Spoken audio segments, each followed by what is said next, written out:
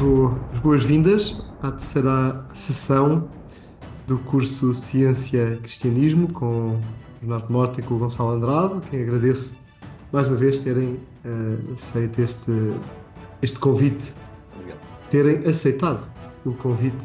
Não, hoje não sei como é que é. Sim, terem aceitado o convite. Estas formas verbais portuguesas são terríveis. Está ótimo. Para nos ajudarem Obrigado a por estarem aqui, não é? caminho. E hoje, então, com esta aula, os milagres são incompatíveis com a ciência? O caso do Milagres do Sol. E começávamos então com uma oração, pedindo o Espírito Santo que nos guie e que guie os oradores para que ajudem todos a fazer este caminho. Em nome do Pai, do Filho e do Espírito Santo. Amém. Vinde, Espírito Santo, enchei os corações dos vossos fiéis, acendei neles o fogo do vosso amor. Enviai, Senhor, o vosso Espírito e tudo será criado e renovareis a face da terra. Oremos, ó Deus, que instruís os corações dos vossos fiéis com a luz do Espírito Santo, fazer que apreciemos retamente todas as coisas segundo o mesmo Espírito e gozemos sempre da sua consolação. Por Cristo nosso Senhor. Amém. Glória ao Pai, ao Filho e ao Espírito Santo, como era no princípio, agora e sempre. Amém. Maria, Mãe da Igreja, rogai por nós. São José, rogai por nós. Em Obrigado nome por do nós. Pai, do Filho e do Espírito Santo. Amém. Então, força, passa a bola ao Gonçalo e ao Bernardo. Força. Muito obrigado, Senhor Padre. Muito obrigado a todos por estarem aqui. É um prazer enorme estar aqui connosco, estar aqui convosco. Vamos falar hoje sobre o milagre do Sol. É um fenómeno formidável, como vamos ver. Aquele fenómeno que aconteceu num sábado, dia 13 de outubro de 1917, em Fátima, ali por volta do meio-dia. E vamos também, mesmo no final da sessão de hoje, falar no tema milagres e ciência, como é que podemos harmonizar os milagres com as leis da natureza. E achamos que, para não ser muito aborrecido, mais valia pegar no milagre do Sol, usá-lo como um exemplo, se quisermos, um caso de estudo, que nos ajuda muito bem, é um ótimo caso de estudo, que nos ajuda muito bem a perceber a relação entre milagres e leis da natureza. E, portanto, só mesmo no final é que vamos tocar na questão genérica dos milagres e, como habitual, haverá um tempo para perguntas e respostas para os mais resistentes. O fenómeno do 13 de outubro, é preciso relembrar, surge na sequência de um pedido feito pela criança Lúcia, de Jesus dos Santos, então com 10 anos de idade. E por causa da descrença e da zombaria de familiares e amigos, no dia 13 de julho de 1917, que é o dia da terceira aparição, a pequena Lúcia faz um pedido especial à Senhora. Se a Senhora pode fazer, nas palavras dela, um milagre para que todos se acreditem. Ao contrário de outros relatos de milagres que atestam, por exemplo, a cura de um doente, este milagre é muito especial, pois este milagre é para curar a descrença, se quisermos. O milagre do Sol, por isso, teve o objetivo muito claro de fazer com que todos acreditassem nas crianças. Mas acreditarem em quê, concretamente? Bom, certamente na aparição de Nossa Senhora, que Nossa Senhora aparecia na cova e diria às três crianças, na existência de Deus, naturalmente, no poder de um Deus que opera milagres. Mas mais concretamente, a mensagem que é muito cristã, que Nossa Senhora traz a Fátima, tem as seguintes componentes. Que é necessário rezar, em particular usar o texto todos os dias, que é necessário o arrependimento dos próprios pecados, o que implica humildade, que é necessário fazer penitência e reparação pelos próprios pecados, mas também fazer atos de reparação pelos pecados dos outros. É por isso que, uns anos mais tarde, em dezembro de 1925, Nossa Senhora aparece à Irmã Lúcia em Pontevedra e explica-lhe a devoção da comunhão reparadora dos 5 primeiros sábados, uma forma concreta de fazer essa reparação. Tudo o que vamos falar hoje sobre o milagre do Sol, não é apenas pelo espetáculo audiovisual do milagre do Sol, por muito espetacular que seja. O que vamos falar hoje só faz sentido à luz desta mensagem cristã absolutamente urgente e central. O milagre do Sol é o sinal de autenticidade da mensagem de Fátima, que nos mostra que Nossa Senhora apareceu mesmo em Fátima e que nos trouxe esta mensagem autêntica que vem de Deus.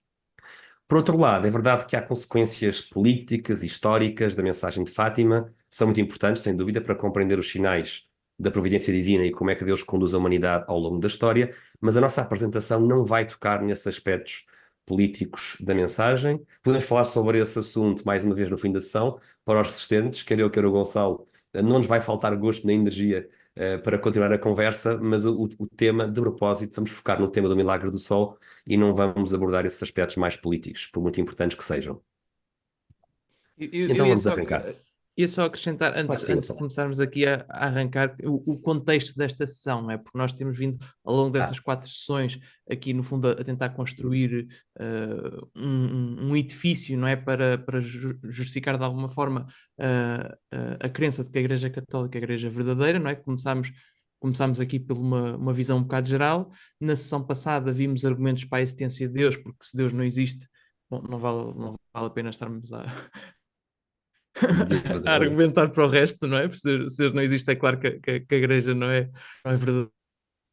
Mas temos esses argumentos para a essência de Deus, agora e na próxima sessão vamos focar na parte mais em argumentos que são de uma natureza diferente, são de natureza mais histórica e que têm como finalidade distinguir, portanto, uma vez que temos o argumento para a existência de um Deus, não é? Agora qual das religiões é que ele é que ele se está a manifestar, não é? E em qual delas é que tem as marcas de ser a verdadeira. E estas 4 sessões, embora não vejam isto de forma completa nem exaustiva, tentam apontar nesse sentido. E, portanto, aqui estamos a falar de um milagre que partir de sentido. Na próxima sessão iremos ver o tema central da nossa fé, não é? Que é a questão estamos a falar aqui de um caso mais particular, não é? Que é específico aqui Que Deus, não é? O Deus e, que a Igreja representa, então, não é? Esta sessão de hoje. Por isso, pessoal, exato. faz todo sentido escolher este exemplo para falar sobre milagres de ciência. Sim, e acrescentar também que hoje temos o privilégio de estar aqui com um autor muito especial, né, que escreveu um livro sobre este tema, né, O Milagre do Sol segundo as Testemunhas Oculares, que é aqui um tal de Bernardo Mota, não é? Agora é que estragámos tudo.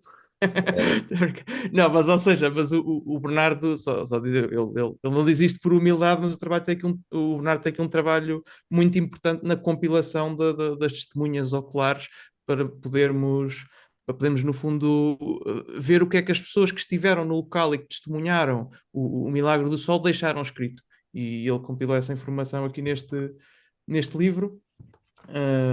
Milagre do Sol segundo as testemunhas oculares, que se pode encontra-se em Fátima, por exemplo, encontra-se também noutros sítios, e que recomendamos desde já.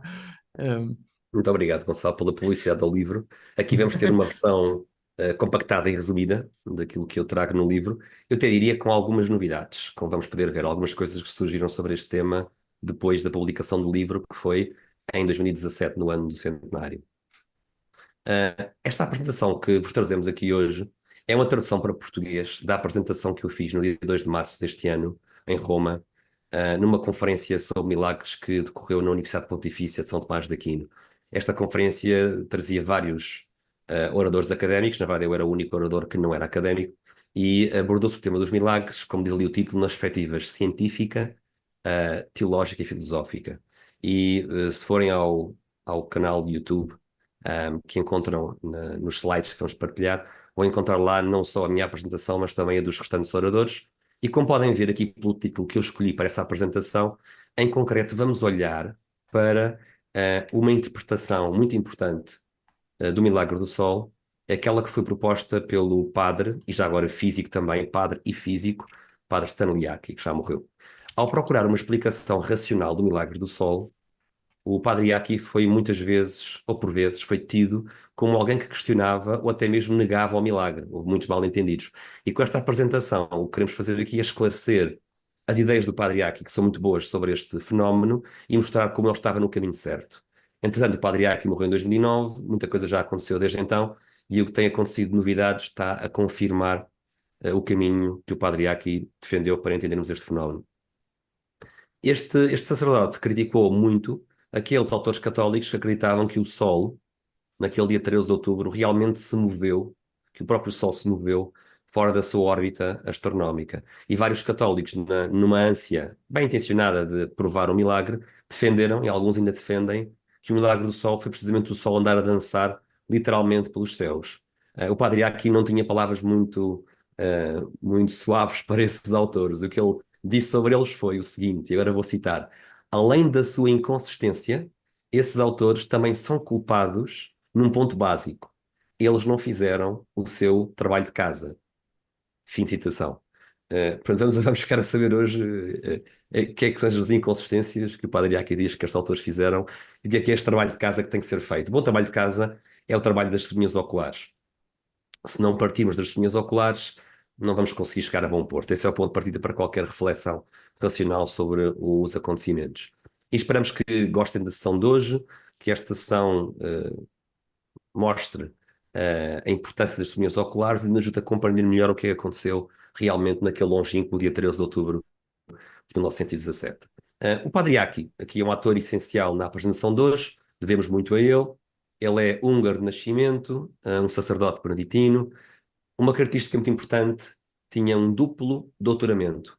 Doutorou-se em Teologia Sistemática e Física, em Roma, e doutorou-se em Física, nos Estados Unidos, com nada mais nada menos com o cientista físico Victor Hess, que ganhou o Prémio Nobel da Física em 1936 devido ao seu trabalho sobre os raios cósmicos. Portanto, o padre Stanley Iaki não só fez uma obra importantíssima ao longo da sua vida, a História da Ciência, escreveu livros importantes sobre o milagre do Sol, como vamos ver, mas tem trabalho de laboratório, um doutoramento feito com um Prémio Nobel da Física. Portanto, é este o calibre. Ele não andava aqui a brincar, não é? Não estava aqui a brincar. Ele viveu uns simpáticos anos sobre a Terra, mas deu muito e bom uso aos anos que Nosso Senhor lhe deu.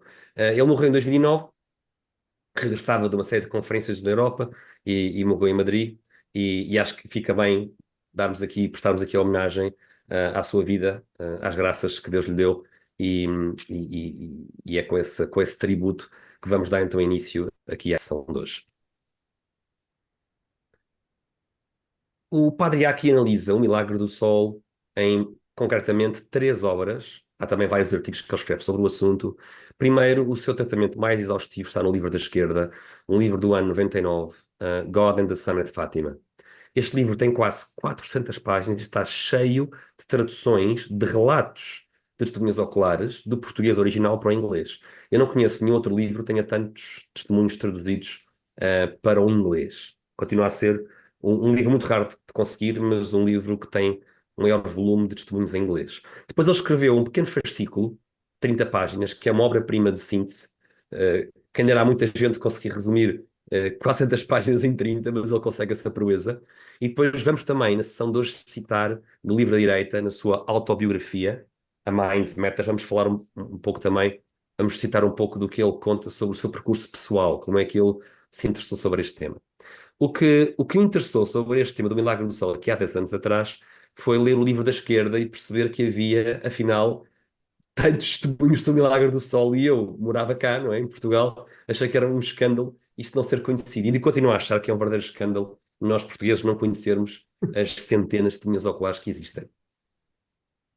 O Gonçalo já fez aqui publicidade ao meu livro, vamos aqui saltar e entrar então aqui no nosso tema.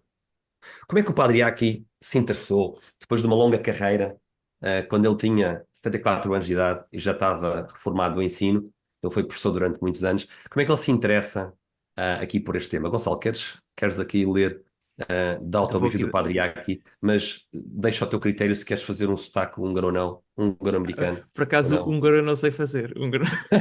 Mas... Tens que treinar. Exato, tem que treinar esse. Então ele diz, em meados de março de 1998, comecei a ser atraído para o assunto normalmente referido como o milagre do Sol. A minha formação de físico, de historiador e, sim, de teólogo também, impôs em mim a convicção de que tudo o que pode ser conhecido sobre o milagre do Sol deve vir de relatos de testemunhas oculares. Se God and the Sun at Fátima será considerado um dos meus melhores livros, não posso decidir. Para mim, está no topo dos meus livros que mais gostei de escrever. Portanto, aqui tirado da A Mind's Matter, não é? O livro que falaste há bocado, a autobiografia do Padre Iaki. Isto é um homem que escreveu para aí 80 livros. Portanto, quando ele diz que o livro que mais gostou de escrever é o livro dele sobre o Milagre do Sol, isto é um sinal de importância. Isto era para aí um livro por ano, não? Se calhar, sim, assim para aí, porque ele tem 70 e tal anos, sim, morreu com 80, talvez, por aí. Sim, portanto É incrível. Antes de avançarmos, eu ia só aqui acrescentar uma coisa aqui em relação à parte das testemunhas oculares e porque é que isto é tão importante, não é?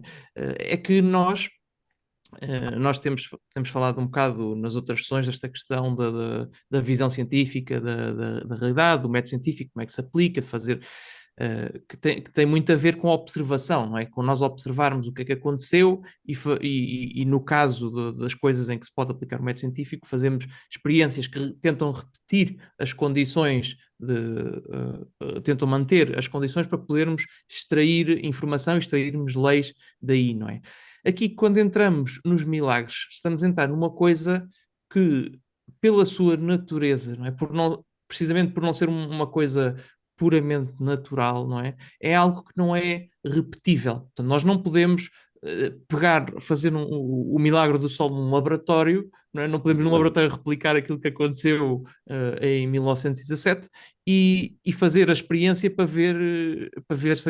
tentar explicar o fenómeno, não é? Portanto, isto aqui é um problema. Portanto, se nós pensarmos um bocadinho qual é o mais próximo que nós conseguimos fazer do método científico numa coisa destas, é pegar nos testemunhos de quem lá esteve, naquilo que as pessoas deixaram escrito, e analisar o que eles escreveram e ver se é fidedigno ou não, se bate certo e se é razoável, porque sendo um milagre das duas uma, não é? Sendo os milagres uma coisa rara das duas uma. Ou nós vemos um milagre com os nossos próprios olhos, que é pouco provável, ou nós vamos ter que confiar em alguém que lá esteve, porque senão nós não temos maneira de ter informação sobre isso, não é? Se os milagres existirem, só temos estas duas vias. E assumindo que nós não estivemos lá, pronto, eu pelo menos não estive, não é? A única maneira que nós temos de ter informação sobre o que aconteceu é esta, é focar nas testemunhas oculares, e daí a importância deste trabalho e desta compilação também que tu aqui fizeste, Bernardo. É excelente, Gonçalo, obrigado. No fundo, as testemunhas oculares vão ser o nosso telescópio. Nós não estamos lá, mas vamos poder observar à distância do tempo, através deste telescópio importantíssimo que são as testemunhas oculares, o que é que as pessoas viram. Não estamos a dizer que vamos confiar cegamente no que as pessoas escrevem, mas aí entra o trabalho do historiador e vai ficar ainda mais claro na próxima sessão sobre o Novo Testamento quais são as ferramentas que os historiadores utilizam para analisar as testemunhas oculares. Mas é um trabalho que os académicos fazem há muito tempo em história, que é escrutinar os depoimentos e compará-los uns com os outros e extrair daí a substância, não é, que se pode retirar, não é? Naturalmente dando a cada testemunho o devido desconto, não é? E o contexto de cada pessoa que escreve um testemunho. Mas esse ponto é muito importante, não é? Estamos a aplicar um método científico, mas a um problema histórico, não é? É isso que estamos a fazer. Sim, eu não diria científico, mas é o mais próximo que se consegue, porque sim, mais próximo científico que se significava que nós conseguíamos replicar aquelas condições que não conseguimos, e já iremos comentar isso quando fizermos o comentário final sobre os milagres. É isso mesmo. E o que é que se faz racionalmente quando se encontra um desafio como estes? É um desafio grande. Vamos perceber quem, como, onde, quando. Vamos aqui ao contexto. Vamos começar pelo contexto meteorológico. Neste sábado, dia 13 de outubro de 1917, o tempo estava bastante mau por toda a Europa Ocidental, sobretudo aqui na parte da Europa Central e Ocidental. Como podemos ver pelos dados históricos, todo o território de Portugal, o norte de Espanha e a maior parte de França estavam sob chuva intensa. 10 a 20 milímetros por dia, é uma chuva moderada, mas é o suficiente para explicar um céu bastante coberto, um céu bastante nublado, com nuvens de chuva. O epicentro deste milagre do sol, para nós não é novidade, nós portugueses, não é a cidade de Fátima. Segundo o censo de 1911, Fátima era uma pequena freguesia com cerca de 800 habitantes. E por causa das aparições, Fátima é hoje uma cidade de tamanho substancial, com mais de 13 mil cidadãos, de acordo com os censos de 2021. De 13 de maio a 13 de outubro de 1917, 3 crianças, Jacinta, Lúcia e Francisco, afirmam ter visto Nossa Senhora num campo chamado Cova de Iria, que pertencia à família de Lúcia. Cova, naturalmente, é uma depressão, não é? No relevo geográfico, é uma palavra que nos fala sobre o relevo, não é? Um buraco no terreno. E o nome Iria, tanto quanto pudemos investigar, surge de Santa Iria de Tomar, uma mártir cristã da época visigótica. E a Jacinta e o Francisco eram irmãos, e Lúcia era prima deles, prima mais velha de Jacinta e Francisco. Temos aqui as 3 crianças fotografadas junto à Igreja Paroquial de Fátima. Esta fotografia histórica é muito importante porque é tirada no dia 13 de julho de 1917. Talvez se recordem há pouco, na introdução, referimos que no dia 13 de julho foi precisamente quando a Lúcia pediu à senhora um sinal para que todos acreditassem, e esta fotografia é tirada poucos instantes depois da terceira aparição. O fotógrafo é o engenheiro Mário Godinho, e vamos dar-lhe a palavra, dar a palavra ao fotógrafo, que nos vai contar um pouco a sua relação com estes acontecimentos. Diz ele: minha mãe manifestou o desejo de ir à cova, presenciar o caso, e pediu-me para a conduzir ali de automóvel. Para isto vim de Lisboa, onde estava a fazer o serviço militar. Possuímos então um automóvel Peugeot de matrícula S 2015 e nele fomos à Cova de Irim no dia 13 de julho de 1917, por uma estrada má e esburacada até um local isolado, pleno de cercas moradas com pedra solta, em paisagem triste e erma, ponteada de azinheiras sombrias, com aspecto sedento. Em dada altura, num pequeno vale, uma dezena de pessoas, oriundas certamente de aldeias vizinhas. Era ali o falado lugar. Lá estavam os três pastores, com velas acesas. Depois das infalíveis perguntas, soubemos que a Virgem havia aparecido sobre uma pequena azinheira de aspecto arbustivo. Na região também se lhe chama carrasqueira. A minha mãe, na sua fé resoluta e robusta, colheu dessa carrasqueira uma haste com algumas folhas. Nesse dia 13 de julho, interrogámos os videntes para o que os trouxemos de automóvel para a Fátima. Aí lhes fiz talvez a primeira fotografia da sua vida. Infelizmente, agora que escrevo esta notícia em 1961, eu perdi de todo o negativo dessa fotografia e possuo apenas uma má reprodução de laboratório que acompanha este relato. Portanto, estamos a ver aqui, o negativo já não existe, é uma reprodução de ensaio de laboratório, mas a fotografia não deixa de ser bastante boa. O engenheiro Mário Godinho era um ótimo fotógrafo. Vamos agora partir, antes de ir às testemunhas oculares, vamos partir primeiro do registro fotográfico. Vamos ver aqui um conjunto de 13 chapas fotográficas que o fotógrafo Judas Roy tirou naquela manhã de sábado. O fotógrafo Judas Roy acompanhou o editor-chefe do jornal O Século, o Avelino de Almeida, e foram os dois juntos à Cova de Iria fazer uma reportagem fotográfica. O fenómeno começou logo após o meio-dia solar, quando o Sol está no seu ponto mais alto, no zénite, com a altitude máxima em relação ao horizonte. Em Fátima, já agora, para aqueles que gostam de números, naquele dia o Sol atingiu a sua altitude máxima, o seu zénite, aos 42 graus acima do horizonte. Vamos ver as chapas fotográficas pela ordem na qual elas estão nos arquivos do Santuário de Fátima.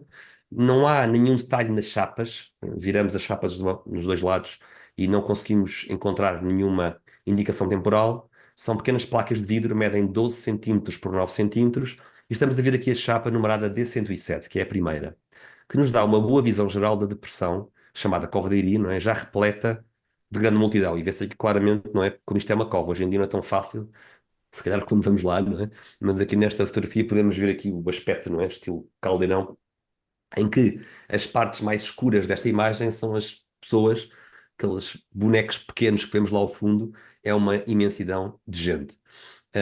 Mas quem é este fotógrafo? Quem é este jovem Judas Roy, o fotógrafo amador que se desloca com o jornalista Avelino de Almeida à Cova de Iria? Ele é um engenheiro eletrotécnico, tirou o curso no Instituto Pirotécnico, portanto o Gonçalo é nosso colega, não Uma é? boa escola, não é? Uma ótima escola, temos aqui muito, é para nós sinal de previdência, não é? Que o fotógrafo venha do instituto tão digno. E este fotógrafo do Roy foi um substituto. Quem era suposto acompanhar o Lindo de Almeida era um fotógrafo mais sénior, mas ele fez um trabalho muito bom, como vamos ver. Vamos aqui introduzir um novo nome muito importante. Há um padre e também cientista, Padre Philippe Dallaire, que é professor em Roma e professor também em Louvain-la-Neuve, na Bélgica. E o Padre Philippe Dallaire estudou estas fotografias como cientista e escreveu um artigo científico muito importante que vamos citar várias vezes nesta noite. Essa é a tal novidade que há pouco eu referia acerca deste tema. O artigo do Padre Dallaire vem mudar substancialmente a nossa compreensão sobre este fenómeno. E então vamos ouvir aqui o Padre Dallaire no seu artigo de 2022, salvo erro, em que ele refere desta forma o kit fotográfico do nosso fotógrafo Judas Roy. Diz ele: o kit era pesado, com tripé, sistema de ajuste vertical, capa escura para manusear as sensíveis placas de vidro. Foi preciso habilidade e rapidez para escolher o local, montar e focar a câmara, calibrar e ajustar os ângulos de visão, calcular o tempo de exposição. Não esquecer que se expusermos demasiado, a chapa fica toda branca, não é? Que isto agora é tudo automático com os Mas telemóveis. automático, agora é fácil, não é? Mas há 1917 era um bocado diferente, não é? colocar e retirar as placas, portanto, não é só carregar um botão, não é? É preciso trocar as chapas. Entre cada chapa tem que fisicamente tirar a chapa e voltar a pô-la. Porque as chapas são de vidro e elas são besuntadas com uma gelatina à base de brometo e estas, elas compravam-se, não é? Fabricantes estilo Kodak já existiam, não é? Mas era preciso mecanicamente encaixar e tirar a chapa, não é? No escuro, debaixo daquela manta escura. Depois tira-se a chapa, tira-se a fotografia e volta-se a tirar para fora e para outra, não é? Tudo isto tinha que acontecer, diz o Padre Alarre, num minuto. As fotografias são incríveis se considerarmos que foram tiradas por um jovem fotógrafo amador em condições muito desafiantes, não é? Com o céu carregado de nuvens e com Era o chuva. substituto. Era o substituto, fez um ótimo trabalho. Não envergonhou o jornal que lhe pagou.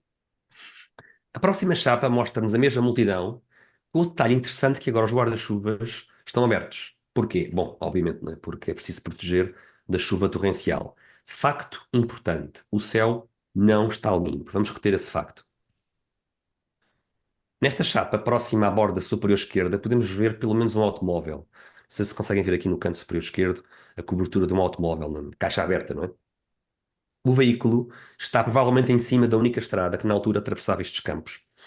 E talvez a estrada que vai para Orem. Um pequeno número de gente sortuda conseguiu ir à Cova de Iria naquele dia de carro, não é? Quem tinha amigos, não é? Como hoje em dia podemos dizer quem tinha connections, não é? Conseguiu por uma cunha em algum amigo que era proprietário de um automóvel ou até aqueles com carteira abastada alugaram um automóvel. E não foi em Torres Novas ou Torres Vedras Torres que Novas, Torres Novas. esgotaram, É isso mesmo, esgotaram os é isso carros. mesmo. Em Torres Novas esgotaram os carros que havia para alugar. Se calhar também não havia muitos, não é, na altura, mas esgotaram os carros que havia para alugar em Torres Novas. A maioria das pessoas, claro, foi a pé e até diria, muitos foram descalços. Esta era a realidade do país. É irresistível partilhar aqui convosco aqui um zoom da cara daquela rapariga que está lá em baixo, no fundo da chapa, mesmo cá em baixo ao centro. É complicado vê-la, mas as chapas são tão boas que se consegue ampliar e ver a cara desta rapariga. Ela não era a única rapariga a olhar para trás, interessada no equipamento fotográfico do José Roy. Provavelmente ela nunca tinha visto máquina fotográfica, não é? Mas há mais curiosos. Se nós ampliarmos aqui, também do lado direito, temos aqui dois homens a olhar para trás, não é? E encontramos em algumas chapas pessoas que estão a olhar para trás, não é difícil de vê-las, basta ampliar a fotografia, muito provavelmente por causa desta curiosidade pelo fotógrafo e pelo seu equipamento. Mas reparem que a maioria das Parece que nunca pessoas que viram uma podemos. máquina fotográfica, não Sim, é? é. Ora bem, e deve ser isso, não é, Gonçalo? Deve ser esse o caso. Deve ser esse o caso, não é? Deve ser assim, o que é esta coisa esquisita e quem é esta extraterrestre que se mete, não é, debaixo de uma manta preta para fazer sabe-se lá o quê? Mas notem o seguinte, em primeiro plano, há muitas pessoas que já estão a olhar para o céu.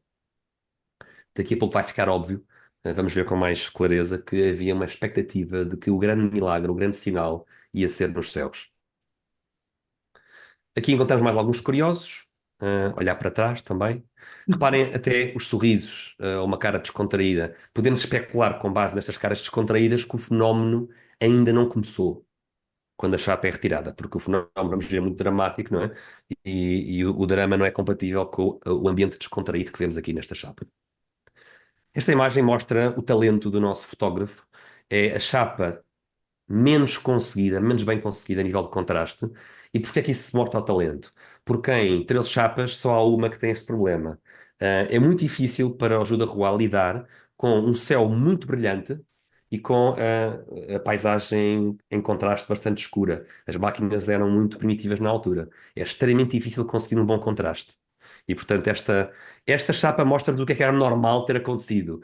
E como ele não caiu neste problema nas restantes 12 chapas, estamos perante um fotógrafo extraordinário. Vamos aqui dar a voz a uma das testemunhas oculares que está nas fotografias e cujo nome nós conhecemos, ou seja, uma das poucas pessoas que podemos nomear numa das chapas. É o senhor Jerónimo Vieira. Nesse dia ele foi à Cova de Iria acompanhado de dois amigos. Nós sabemos o nome dos amigos, era o Medas e o Castro.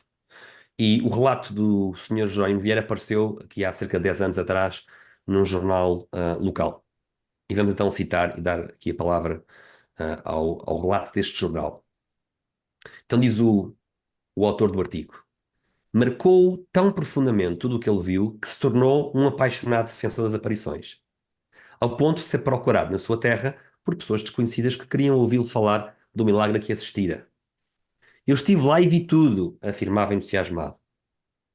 Diz ele, antes chovia torrencialmente, depois o sol brilhou e começou a bailar. Eu vi com o Medas e com o Castro. Continua o autor do artigo. Muitos dos que o ouviam tornavam-se peregrinos de Fátima. O seu entusiasmo não escapou à devassa da polícia, que o interrogou. E a polícia respondeu com firmeza: eu sou um homem de palavra. E já agora diz aqui o artigo, como curiosidade, que ele tinha que ser um homem de palavra, porque ele mais tarde foi nomeado regedor da freguesia de Brandeão. E o regedor, na altura, era uma espécie de um magistrado local que representava o governo central, não é, à distância de Lisboa, não é? E que era encarregado de fazer a cumprir a lei localmente. Portanto, não é qualquer pessoa, não é, que é nomeada como magistrado local. Aqui nesta chave podemos ver que nesta fase já estão muitos ajoelhados e a rezar. Só podemos deduzir, obviamente, que o fenómeno já começou. E talvez até que, como a maioria das pessoas estão ajoelhadas, o fenómeno atingiu o seu momento mais dramático. As pessoas estão convencidas de que há motivo para ajoelhar. Em relação a esta chapa de 115, vamos dar aqui a palavra ao padre Stanley Aki. Vamos citá-lo. Roy estava obviamente equipado com uma muito boa câmara. Ele capturou de forma memorável as expressões faciais da multidão, enquanto esta olhava para o céu em admiração extasiada pelo milagre que acontecia sob os seus olhos. Mas as faixas do céu que aparecem nas fotos de Roy são uniformemente cinza. Se repararam, já agora um parênteses, que até agora todas as chapas mostram um céu absolutamente aborrecido, não é? Cinzento. Diz o padre Iaki, nenhum vestígio de nuvens a correr pelo céu. Nenhum vestígio de uma roda giratória de fogo, como vários disseram que o Sol parecia ser. E o padre Iaki explica porquê. Isto é uma questão, diz ele, da capacidade das boas câmaras daquela época, ou melhor, da incapacidade, diríamos, das câmaras daquela época registarem fenómenos meteorológicos em movimento rápido. Simplesmente não é possível, com a tecnologia de há mais de 100 anos atrás, conseguir capturar o que quer que acontecesse no céu, porque é muito brilhante o céu e vai manchar toda a parte da chapa que está exposta ao céu. Fim de É aquilo que se citação. chama subexposição. É aquilo que se chama Sobreposição, é mesmo sobreposição. subexposição, ou seja, nós não temos noção do difícil que é tirar uma fotografia a coisas que estão com uma luminosidade radicalmente diferente. E a luminosidade do céu aqui era muito diferente da luminosidade da luminosidade Ainda hoje em dia, das pessoas, não é? Gonçalo, podemos dar um exemplo, não é? Ainda hoje em dia é difícil fotografar, por exemplo, o Sol, é preciso equipamento especial, não é? E Claro, o céu claro. estava muito brilhante, mesmo com nuvens carregadas, não é? É meio-dia e é o momento de maior brilho que um dia pode ter, não é? É ao meio-dia Sim. solar. E o que acontece é que há um nível de exposição ideal para nós conseguirmos ver os detalhes das coisas que estão a ser fotografadas. E se Uhum. nós ultrapassamos esse limite, a imagem fica uniforme, não é? Sim, Ou seja, isto é normal. Nós hoje em dia é muito mais fácil tirar este tipo de fotografias, mas especialmente por causa da tecnologia que que nós temos hoje em hoje, dia não é? temos, mas na altura era isto, o resultado era este que estamos a ver aqui. Já agora aqui o pequeno parênteses do engenheiro, as câmaras hoje em dia têm um sensor de luz e a câmara mede a intensidade da luz e consegue ajustar, não é? Imediatamente, não é? E esse tipo de luzes não existiam em 1917, não é? Sim, e mesmo se não tivermos uma câmara tão boa e tentarmos tirar uma fotografia com pouca luz à noite e assim, vão ver que muito mais facilmente a câmara fica tremida. Exatamente, A sim. imagem fica tremida, porque é difícil fazer este tipo de imagens. Fotografias. Uhum. Esta chapa está partida. Aqui pode-se ver mesmo como as chapas são de vidro, não é? É a única chapa que não está inteira. Mesmo assim, esta chapa mostra-nos aqui na parte de baixo o terreno lamacento. Muitas pessoas estavam descalças na lama. A lama porquê? Porque choveu a noite toda. Nesta chapa nós podemos ver lá ao fundo, mesmo ali por cima da linha do horizonte, podemos ver um pórtico de madeira que marca o local onde as crianças se encontravam em todos os dias 13. Já não me recordo se foi em junho, mas talvez por aí o povo construiu este pórtico de madeira, espécie de um altar, se quiseres, para Nossa Senhora, não é? Para marcar o local, e as crianças colocavam sempre por debaixo deste pórtico. Era ali o epicentro.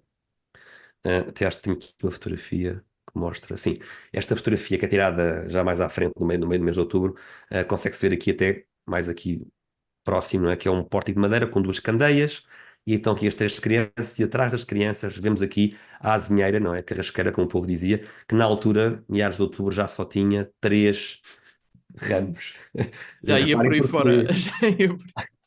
Há bocadinho ouvimos o engenheiro Mário Godinho, não é? Dizer que a mãe do engenheiro Mário Godinho levou com ele umas folhas, não é? Portanto, toda a gente fazia isso. Portanto, Ou em ela época. levou, ou ela levou muitas folhas, ou não foi a Não, única a isto fazer era. isso. Ela não é a única culpada, coitada. As pessoas todas faziam isto, não é? Então, em relação aqui a esta chapa, o Padre Dallaire faz um comentário, o seu artigo muito interessante, que é um comentário de contexto histórico muito valioso. Nós não morámos lá, podemos nos esquecer do que era este Portugal, 1917, um Portugal fortemente anticlerical. Então, o Padre Dallaire recorda-nos que este arco rústico, que vemos aqui nas fotografias, foi destruído por mão criminosa no dia 22 de outubro de 1917. Mais concretamente, o arco foi roubado e foi levado para Santarém, onde foi usado numa procissão a gozar, ou seja, uma procissão satírica, em que várias pessoas anticlericais basicamente fizeram uma pseudo procissão com material roubado, com coisas roubadas da cova da Iria. Continua aqui o Padre Dallaire que o povo construiu uma capela no exato local em que estava a azinheira, uma capela pequenina, em 1919, construída com ofertas das pessoas, e esta capela foi explodida com dinamite no dia 6 de março de 1922. Portanto, como podem ver, tempos difíceis, não é? Depois foi preciso construir outra capela, não é? Até chegarmos à que temos hoje, não é? Não foi fácil. Mas, no fundo, para esclarecer, quando se vai à Cova de Iria, ao santuário, onde está hoje a capelinha, é precisamente no local onde antigamente estava a azinheira. A azinheira já não existe, claramente. Mais uma imagem impressionante que foi tirada claramente quando o fenómeno estava a decorrer, porque as pessoas estão a olhar para o céu. E nesta última chapa, a 13ª, vemos aqui a criança mais nova, Jacinta, transportada ao colo de um homem não identificado. Há quem sugira que ele possa ser o motorista de autocarro pelo chapéu, mas não sabem quem é que seria este homem. E entramos aqui talvez na descoberta científica mais espetacular até ao momento. Falámos já no Padre Dallaire, padre belga, que fez um artigo científico de análise às chapas fotográficas. Os interessados podem contactar-nos, podemos partilhar convosco o artigo. E o Padre Dallaire, ao analisar estas chapas fotográficas, faz aqui uma série de contas usando software de análise de imagem, e ele conclui que a principal fonte de luz que ilumina esta chapa, ele chama esta fonte de luz LSA, Light Source A, esta fonte de luz está aqui. Ele diz que esta chapa, calcula ele, estava a 28 graus acima do horizonte. Porquê que isto é bombástico? Porquê que isto é muito importante? Porque ao meio-dia solar, nós sabemos, basta abrir um site da astronomia, basta abrir um calculador planetário, nós sabemos que a 13 de outubro daquele ano, na Cova da Iria, o Sol ao meio-dia solar estava certamente a 42 graus de altura face ao horizonte. E não aos 28 graus de altura que o Padre estimou. Portanto, há aqui uma diferença de 14 graus. A fonte de luz não está onde o Sol devia estar. Já agora o Padre também analisa as margens de erro, porque há sempre erros neste tipo de contas, não é? Que se baseiam em fotografias antigas e em software que não é tão preciso quanto desejaríamos, não é? Há aqui margens de erro, mas a margem de erro não é 14 graus, é um grau de grandeza abaixo e, portanto, esta diferença de 14 graus tem que ser justificada e não é justificável com a margem de erro. Se nós excluirmos, então, que o que está a iluminar esta fotografia não é o Sol diretamente, e também sabemos que o Sol não se mexeu da sua posição porque nenhum observatório confirmou isso, não é? Quando se pergunta, por exemplo, ao Sr. Frederico Gomes, que está no Observatório da Ajuda, em Lisboa, se ele viu algo de estranho no observatório por volta do meio-dia, e ele diz que não viu nada de estranho e tem um relatório científico a atestá-lo, nós sabemos que o Sol realmente não saiu da sua órbita normal em torno da nossa galáxia. Portanto, não é o movimento do Sol, propriamente dito. Temos aqui uma confirmação de que há uma outra fonte de luz estranha, que não é o próprio Sol, é uma fonte de luz indireta, e é isso que é preciso explicar, e é isso que vamos procurar explicar com a sessão de hoje. Já agora também, como falamos aqui um bocado nestes termos técnicos, não é? Quando falamos em altitude do Sol, gostamos de referir a isto, não é? Se aqui for o chão, não é? O Sol está certamente naquele dia, ao meio-dia, a 42 graus face ao horizonte, e a fonte de luz que o Padela estimou está aqui para baixo, algures, a 28 graus, que é isso que é estranho e que é preciso perceber. Não é só dizer que o rato não se está a ver. Desculpa, não, pois não. É que eu estava no ecrã errado. Portanto, temos aqui o Sol a 42 graus, não é? e nós temos aqui a cerca de 28 graus a tal fonte de luz que o Padre Alar estima que é o que está a iluminar aquela chapa fotográfica.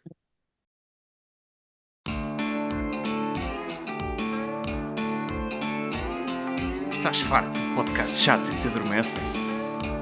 Então prepara-te, porque estamos a preparar a melhor mistura de ciência e fé. Subscreve agora e deixa para trás os teus problemas de café. E não se esqueçam de pôr gosto e partilhar.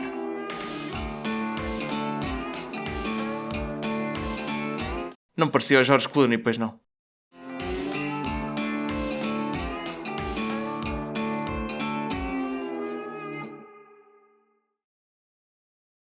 Então vamos aqui dar a voz às testemunhas oculares. Ao longo do trabalho que o Padre Iaki escreveu sobre este tema, a única coisa que o irritou mesmo era o desrespeito generalizado. E ele fala em nós, portugueses, não só, também fala em alguns autores estrangeiros, mas ele é particularmente duro connosco, portugueses, porque ele diz que há um desrespeito total dos portugueses ao longo das décadas pela recolha e compilação e estudo das testemunhas oculares. Houve quem o fizesse, já vamos ver alguns exemplos notáveis de pessoas que cá em Portugal o fizeram, mas foram muito poucas, não é? O trabalho que se fez não deixa-nos um bocado embaraçados enquanto portugueses. Devia ter sido mais É, extenso. podia ser muito mais extensa, sabe? Havia dezenas de testemunhas, dezenas de milhares de testemunhas oculares, não é? Na Cova de Iria, e nós só encontramos cerca de 200 com sorte das testemunhas oculares, não é? Já agora, foi isto que o padre Iaki quis dizer quando ele disse que os autores não fizeram trabalho de casa. Trabalho de casa para ele é ler as testemunhas oculares, procurá-las e lê-las e estudá-las. Então, vamos dar a voz a quem lá esteve.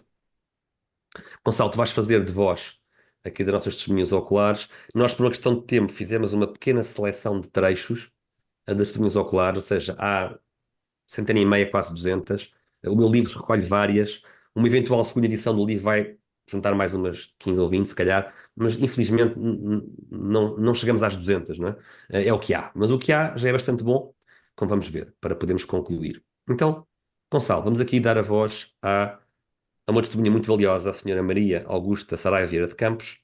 Ela é uma das poucas pessoas que nos dá o detalhe crucial de que havia nos céus uma forma, como ela diz, branca como a neve, distinta do Sol. Ela é das poucas que diz isto. E esta forma branca como a neve é que andava a mexer-se nos céus, e não o Sol. Ela diz: era grande a nossa impressão de desânimo, quando de repente se ouve de todos os lados: milagre, olhem para o sol. Parara, como por encanto, a chuva. Fecharam-se os chapéus. Sentiu-se um calor como se entréssemos. As pessoas, pronto, às vezes trocavam Pode aqui ser uma algumas gralha, mas coisas em é relação a assim. hoje, não é? A gralha Mas é está mesmo lá. assim, ou seja, ok. Como se entréssemos numa estufa aquecida. E começou a ver-se o disco do Sol, a perceber-se claramente na camada pardacenta que cobria todo o céu. O calor aumentava e o Sol parecia descer cada vez mais, apresentando novos e variados cambiantes. Vimos como que um véu prateado, com forma arredondada, como se fosse a lua cheia. Pouco depois, passava para roxo vivo, depois para vermelho, depois para o verde esmeralda e tomava, finalmente, a cor primitiva. Ouviam-se gritos de todos os lados, quando se destacava do sol como que uma forma branca de neve, brilhante, sem ferir a retina. Vindo para nós, voltando de novo ao sol e, por fim, escondendo-se a terceira vez entre as nuvens. Mas agora a nossa próxima testemunha ocular é o advogado José Maria de Almeida Garrett.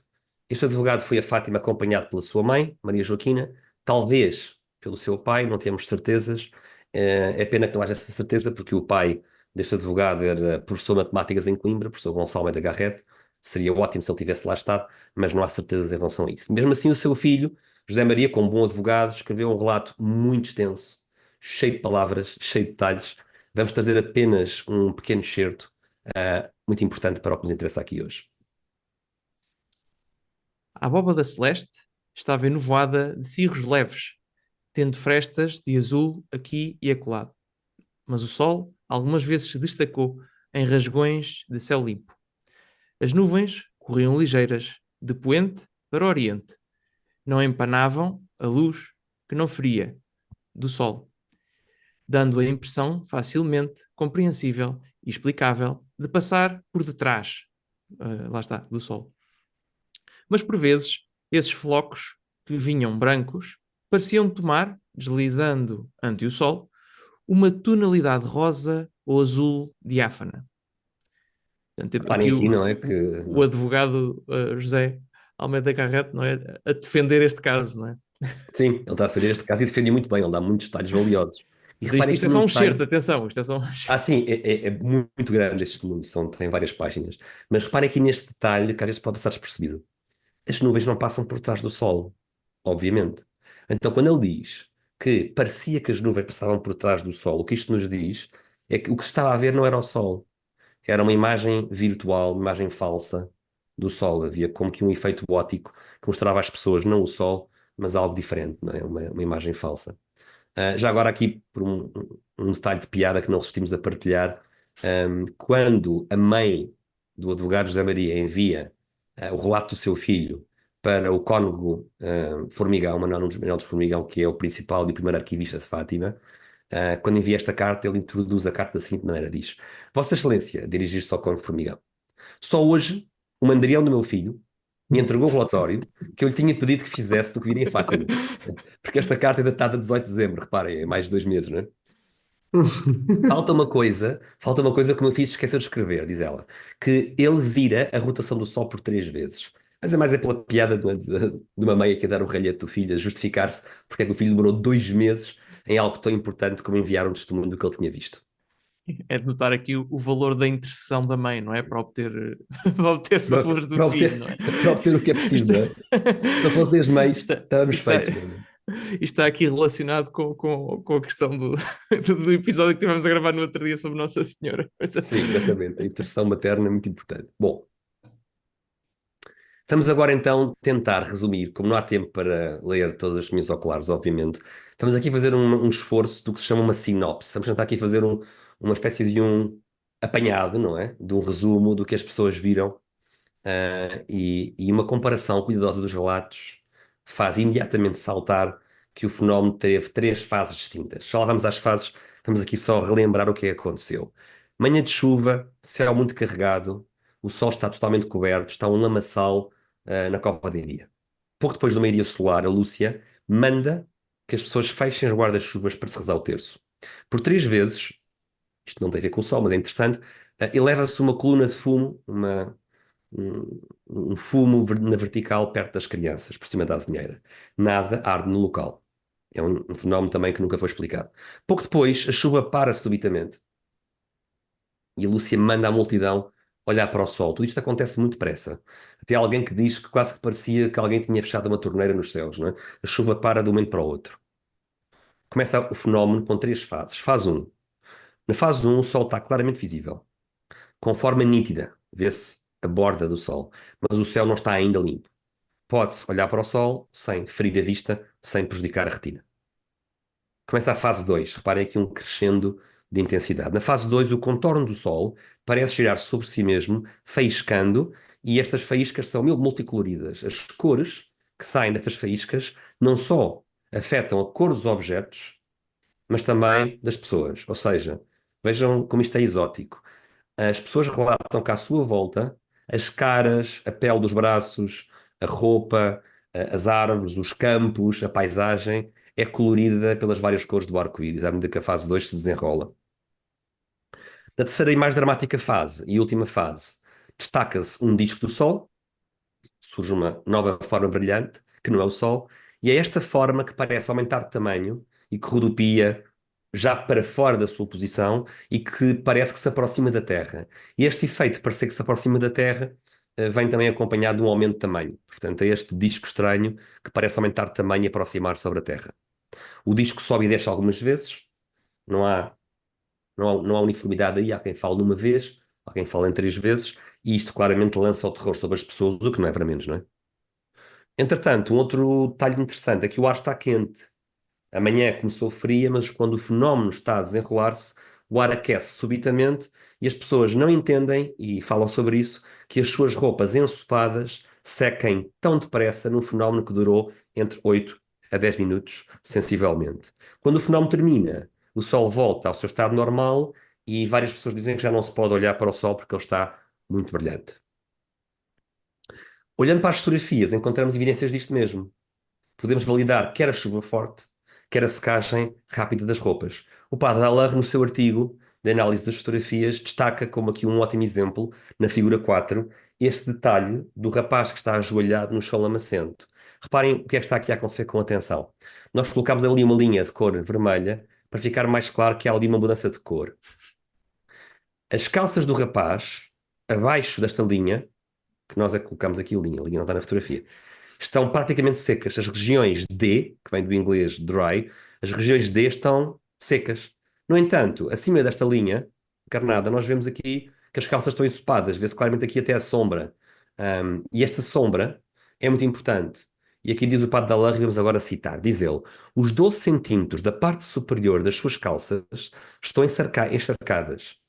O que explica, diz ele, pelo recente abrir do seu casaco, talvez pelo calor irradiado pela fonte de luz. Enquanto que as áreas que foram expostas à fonte de luz estão secas, que as áreas abaixo da linha. Diz ele, o forte contraste entre as áreas úmidas acima da linha e as secas abaixo da linha invalida quem descartou a importância da chuva. Isto também confirma, diz ele, os relatos das testemunhas oculares de que aconteceu uma rápida evaporação. Rápida evaporação, diz ele ainda, e estamos em outubro. Rápida evaporação por causa de uma fonte de calor. Vou dizer que a linha é de facto muito importante, porque antes de nós metermos a linha aqui, eu sempre que olhava para esta parte aqui, saltava uma explicação alternativa que não era tão honrosa para o rapaz, não é? Isso é... Mas que era bastante compreensível dada a intensidade do fenómeno, não é? Isso é atualmente maliciosa, Sim. Gonçalo, mas realmente o que sim, aconteceu podia... O que aconteceu podia ter consequências fisiológicas, sem dúvida. Dizem, Sim, mas dizem, tipo, dizem os sendo- relatos que houve pessoas que começavam a dizer os seus pecados em voz alta. Não é? Exato, Que é pior! exato. Eu acho que é pior do que isto, não é? Que eu acho que é pior Exato, do que fazendo esta aqui um teoria. bocadinho de advogado do diabo, poderia dizer, ok, mas há uma explicação alternativa para isto, não é? Mas de facto vemos que a zona S que está ali molhada, aquilo não é sombra, aquilo é mesmo encharcado acima daquela região e depois está um bocadinho Sim. molhado aqui abaixo. Até porque aqui o casaco, Isso não é? O ajuda a casaco aqui descartar. está... exatamente. Exato, Não com pode a ser questão do sobre o casaco. casaco aqui está recolhido, não é? O casaco do lado esquerdo está recolhido, não é? Exato, para bem do rapaz. Do Isso rapaz. ajuda a explicar, a descartar a explicação alternativa. Neste gráfico vamos resumir o que é que as pessoas disseram. Portanto, partimos de uma amostra de cerca de 150 depoimentos de testemunhas oculares. O universo de pessoas presentes ronda entre as 30 e 50 mil pessoas, ninguém contou. Isto são estimativas entre o mínimo e o máximo que se encontra dos historiadores. Os relatos são muito diversos, o que é bom. Foram recolhidos de pessoas de várias idades diferentes, níveis sociais diferentes, níveis de alfabetização diferentes, profissões diferentes.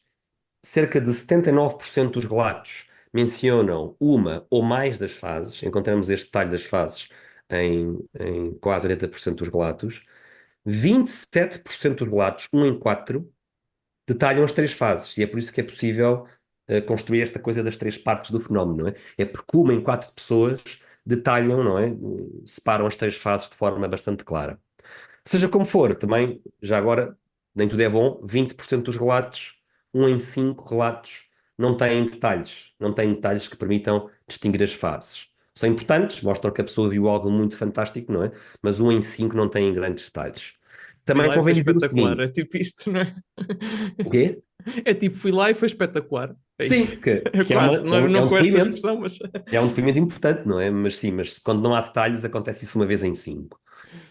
Também é importante dizer, por em cima da mesa, que nem tudo abona a favor da tese do milagre. Em 150 encontrei 2 relatos que são especialmente problemáticos, porque vêm de 2 senhoras católicas que não viram nada, dizem elas, do que os outros viam. Já agora é interessante porque elas atestam que os outros viam, mas elas próprias não viam nada do que os outros viam.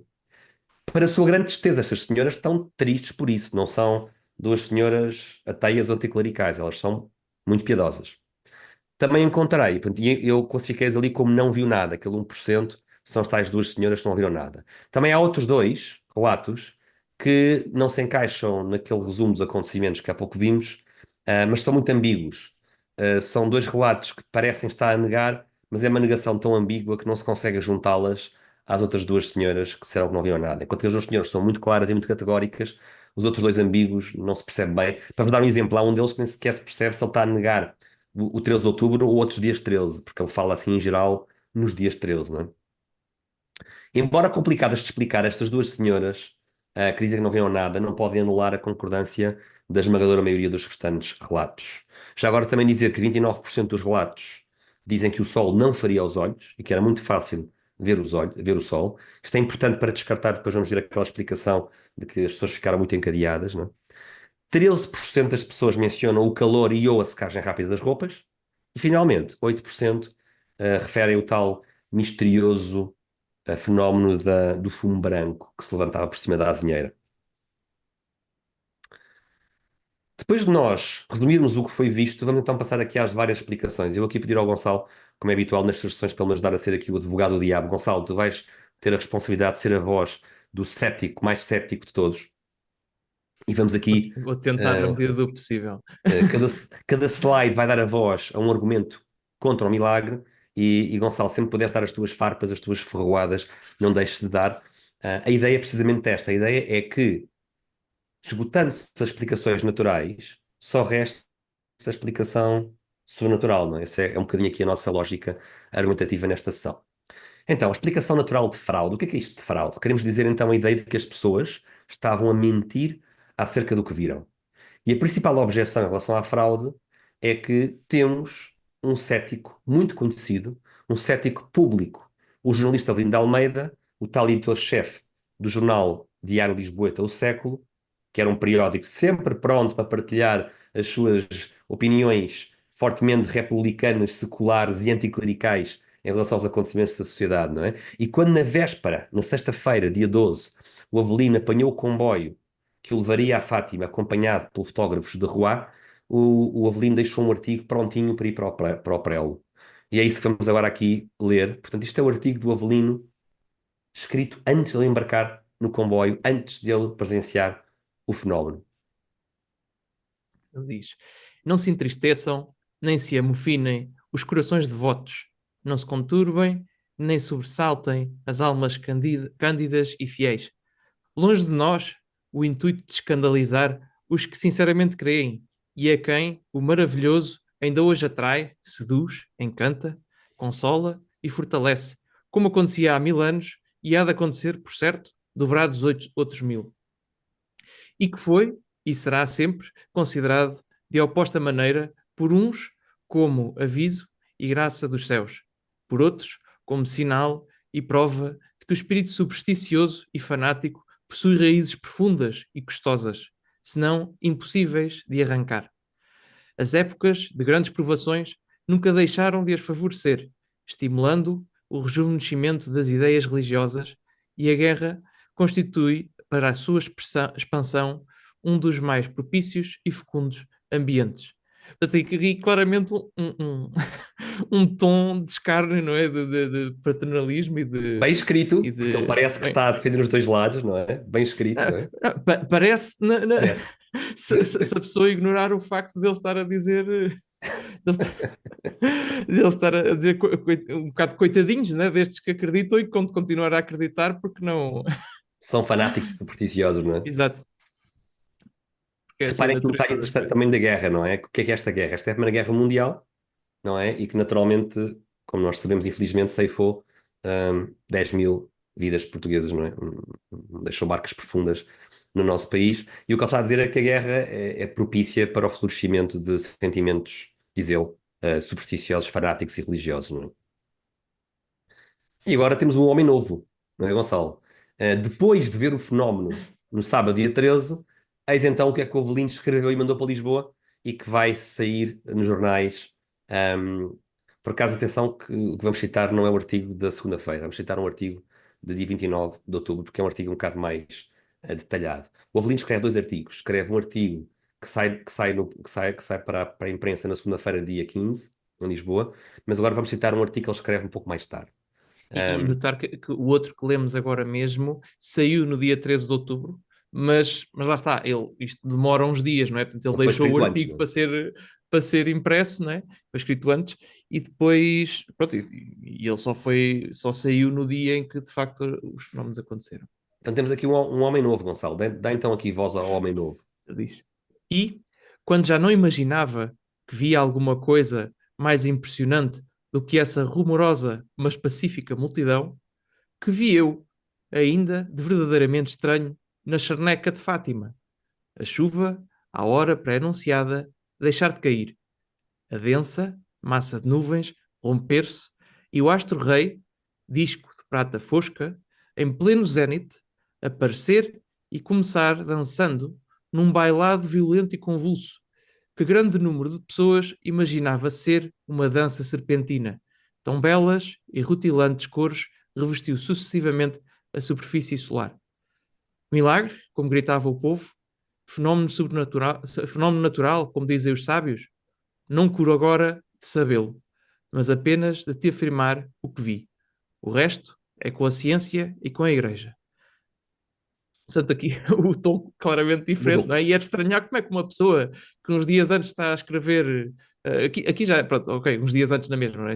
Mas este aqui é mais 2 semanas, não é? Sim. 2 semanas antes está a escrever naquele tom paternalista, não é? Aqui claramente está a dar testemunho daquilo que viu e testemunho público, não é? Isto é uma coisa. Isto foi publicado na Ilustração Portuguesa, que É uma era. carta aberta. É uma carta aberta, dizes muito bem. É publicado na revista de Sociedade Ilustração Portuguesa, que era um apêndice do Jornal do Século. E ele está a responder a um amigo de juventude, porque o Govindo de Almeida foi seminarista, depois passou muitos anos longe da igreja, não é? Saiu do seminário, obviamente, não é? E foi por outros caminhos. E é um amigo dele dos tempos do seminário que lhe diz: Olha lá, ó Avelino, conta lá o que é que tu viste. E o Avelino escreve uma carta a este amigo e depois publica a carta na Ilustração Portuguesa, como estavas a dizer, Gonçalo, exatamente.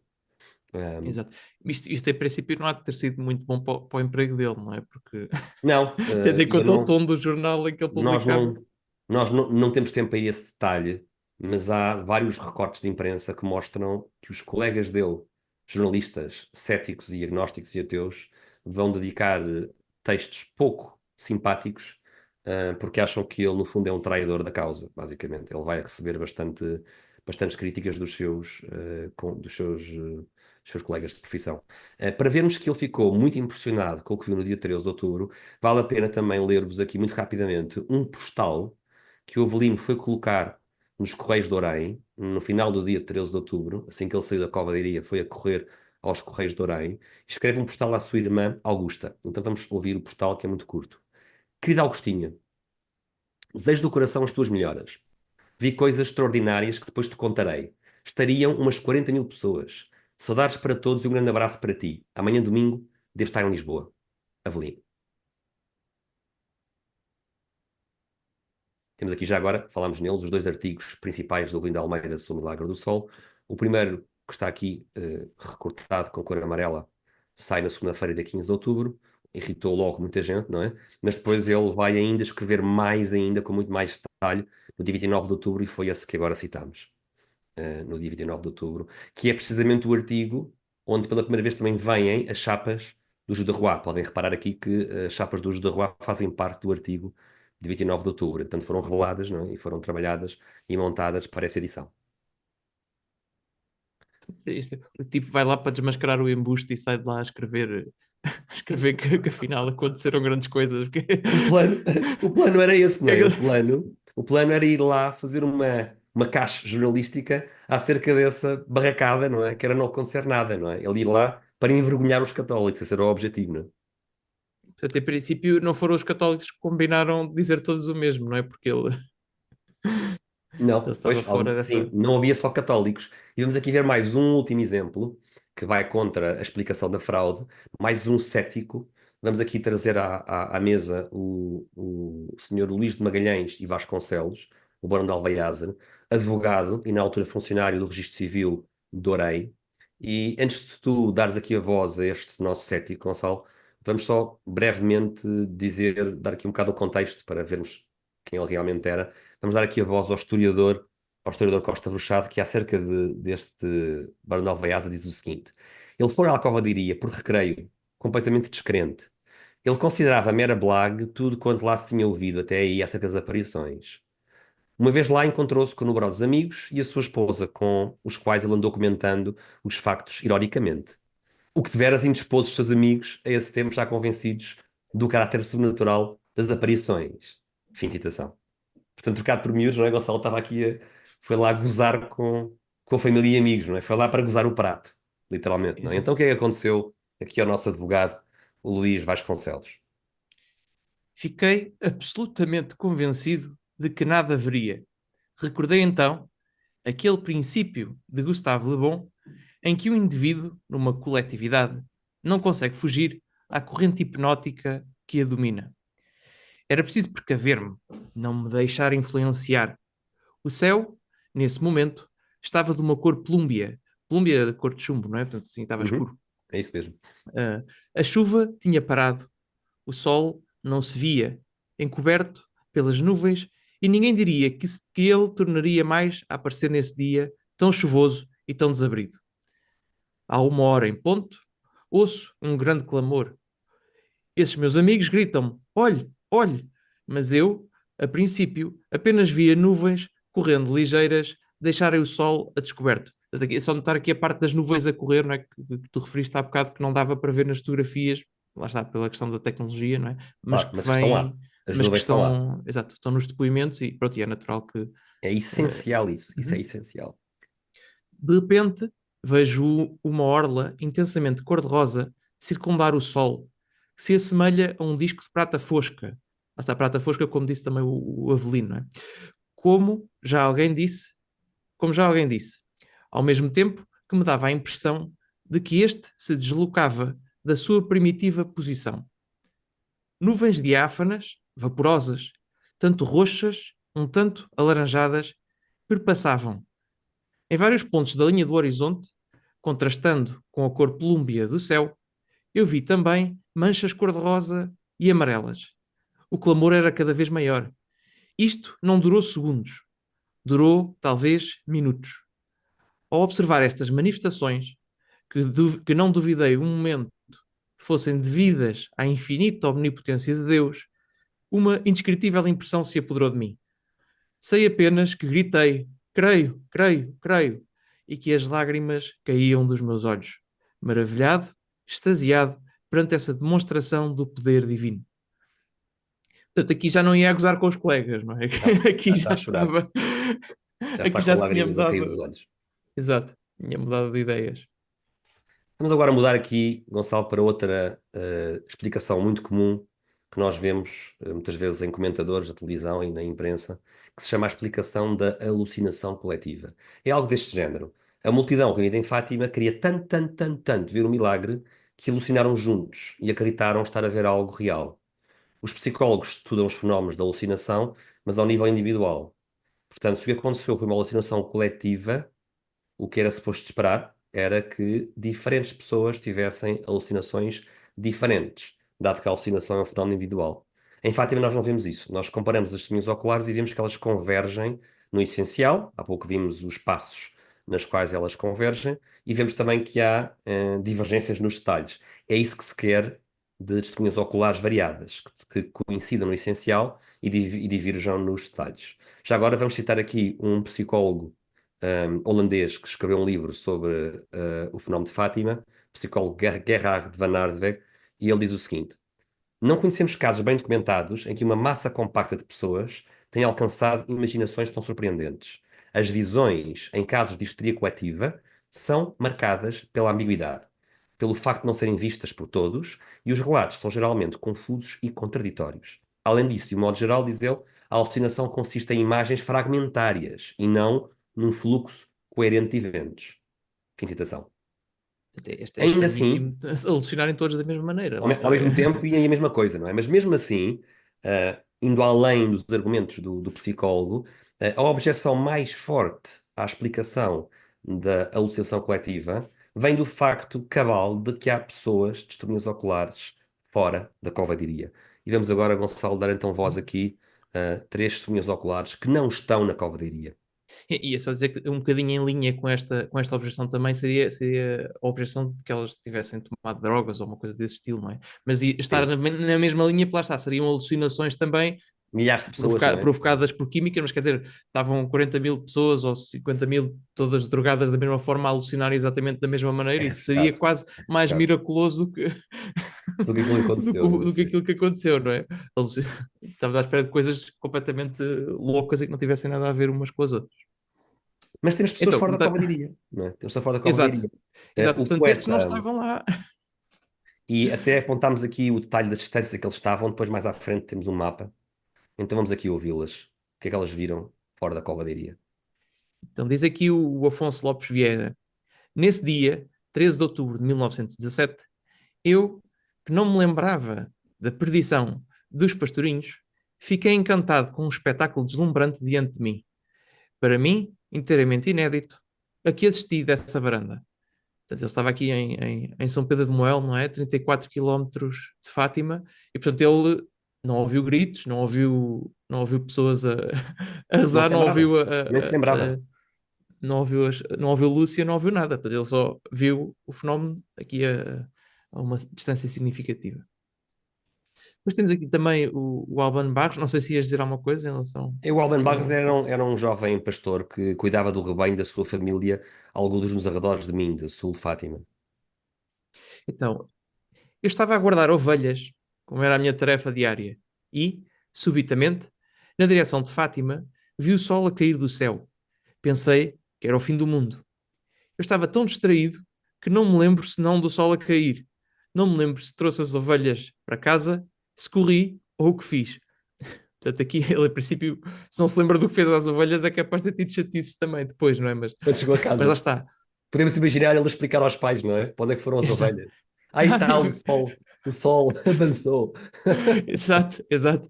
E se calhar só funcionou ao fim de algum tempo quando começaram a ouvir as notícias dos outros, não é? Não Sim, se sei. calhar levou uma surra antes de poder ter uma boa explicação, não é? Coitado. Mas pronto, mas ele estava em Minde, não é? Minde é ali próximo de Fátima, mas já é suficientemente longe para não, pronto, para não ter estas influências do Claro, barulho, do e resto assim. da multidão. Ele estava sozinho, não é? Com as ovelhas, Sim, claro. sim. Por fim, temos aqui Guilhermina Silva, não é? Que vivia em Leiria, a 16 quilómetros, e diz o seguinte: Mas eu não pude ir a Fátima porque o meu marido era incrédulo.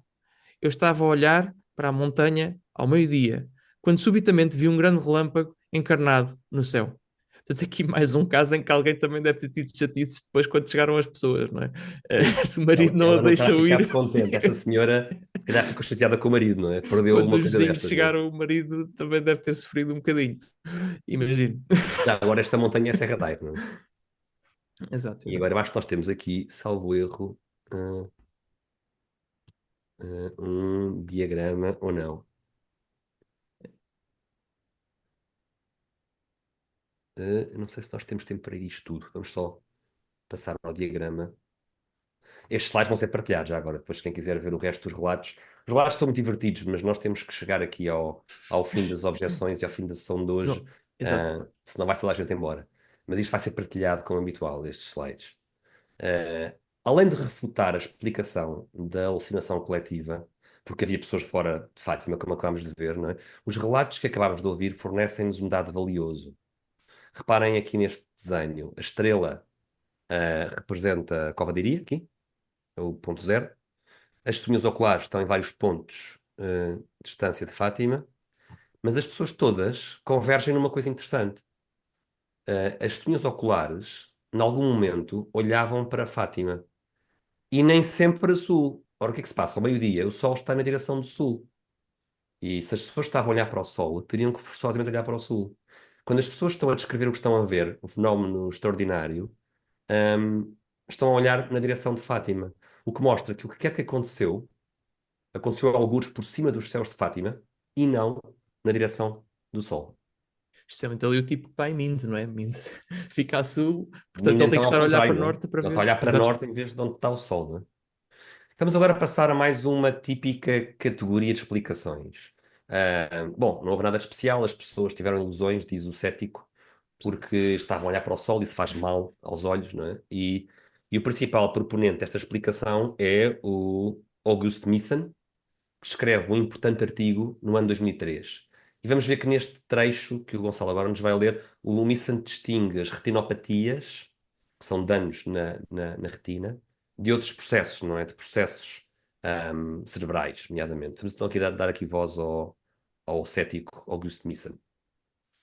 Era, portanto, absolutamente necessário descobrir o que aconteceria se alguém se dedicasse a observar o Sol, embora isso seja conhecido por ser perigoso. Alguns oftalmologistas descreveram retinopatias produzidas por um comportamento tão imprudente, mas que não disseram o que os seus pacientes tinham visto. Depois estudei vários tipos de efeitos subjetivos gerados por observações curtas ou longas de fontes de luz relativamente intensas. Dediquei-me a um estudo sistemático de pós-imagens produzidas ao nível da retina e efeitos posteriores resultantes do processamento neural no nosso cérebro. O resultado final desta investigação é que milagres do Sol podem ser interpretados sem assumir uma intervenção de poderes sobrenaturais ou inteligências extraterrestres. Fomos confrontados, de facto, com uma ilusão altamente notável, exibindo muitas características sofisticadas e completamente inesperadas. Portanto, a tese deste senhor é que as pessoas eram todas meio tapadinhas e não se importavam de olhar para o sol durante muito tempo e não sabiam que isso aleijava, não é? Portanto, portanto ficaram todos com coisas, com ilusões nos olhos por estarem a olhar fixamente para o sol, não é? Há vários problemas com isso. Primeiro, não há qualquer registro de pessoas que foram para o médico com os olhos estragados. Ponto 1. Segundo ponto, como vimos, há pessoas fora da cova da Iria que não estavam à espera daquilo e, portanto, não teriam a exposição solar que teria uma pessoa que tivesse estado toda a manhã na cova da Iria. Terceiro ponto, e este tema é muito técnico. Nós podemos apontar, por falta de tempo, apontar-vos para o artigo do Padallah, que podemos partilhar. Neste artigo, o Padallah dedica bastante tempo a refutar a teoria do Augusto Missan e refuta de forma técnica. O que ele no fundo faz, o que ele diz é as retinopatias, os efeitos visuais que o Missan prevê quando se observa o Sol, são em circunstâncias em que o Sol está completamente descoberto, que não é o caso, e geram fenómenos de ilusão óptica muito diferentes daqueles das testemunhas oculares. Portanto, o que o padre Dalla faz é comparar e dizer os fenómenos são diferentes. E até as circunstâncias são diferentes, não é? Porque na cova de Iria o Sol está fácil de observar, não é? Não é um Sol que fere a retina. E o padre Dalla dá aqui um detalhe valioso. Ele diz que o nosso advogado, José Maria Almeida Garrett, fez-nos um teste, felizmente, fez-nos o teste rápido e muito decisivo.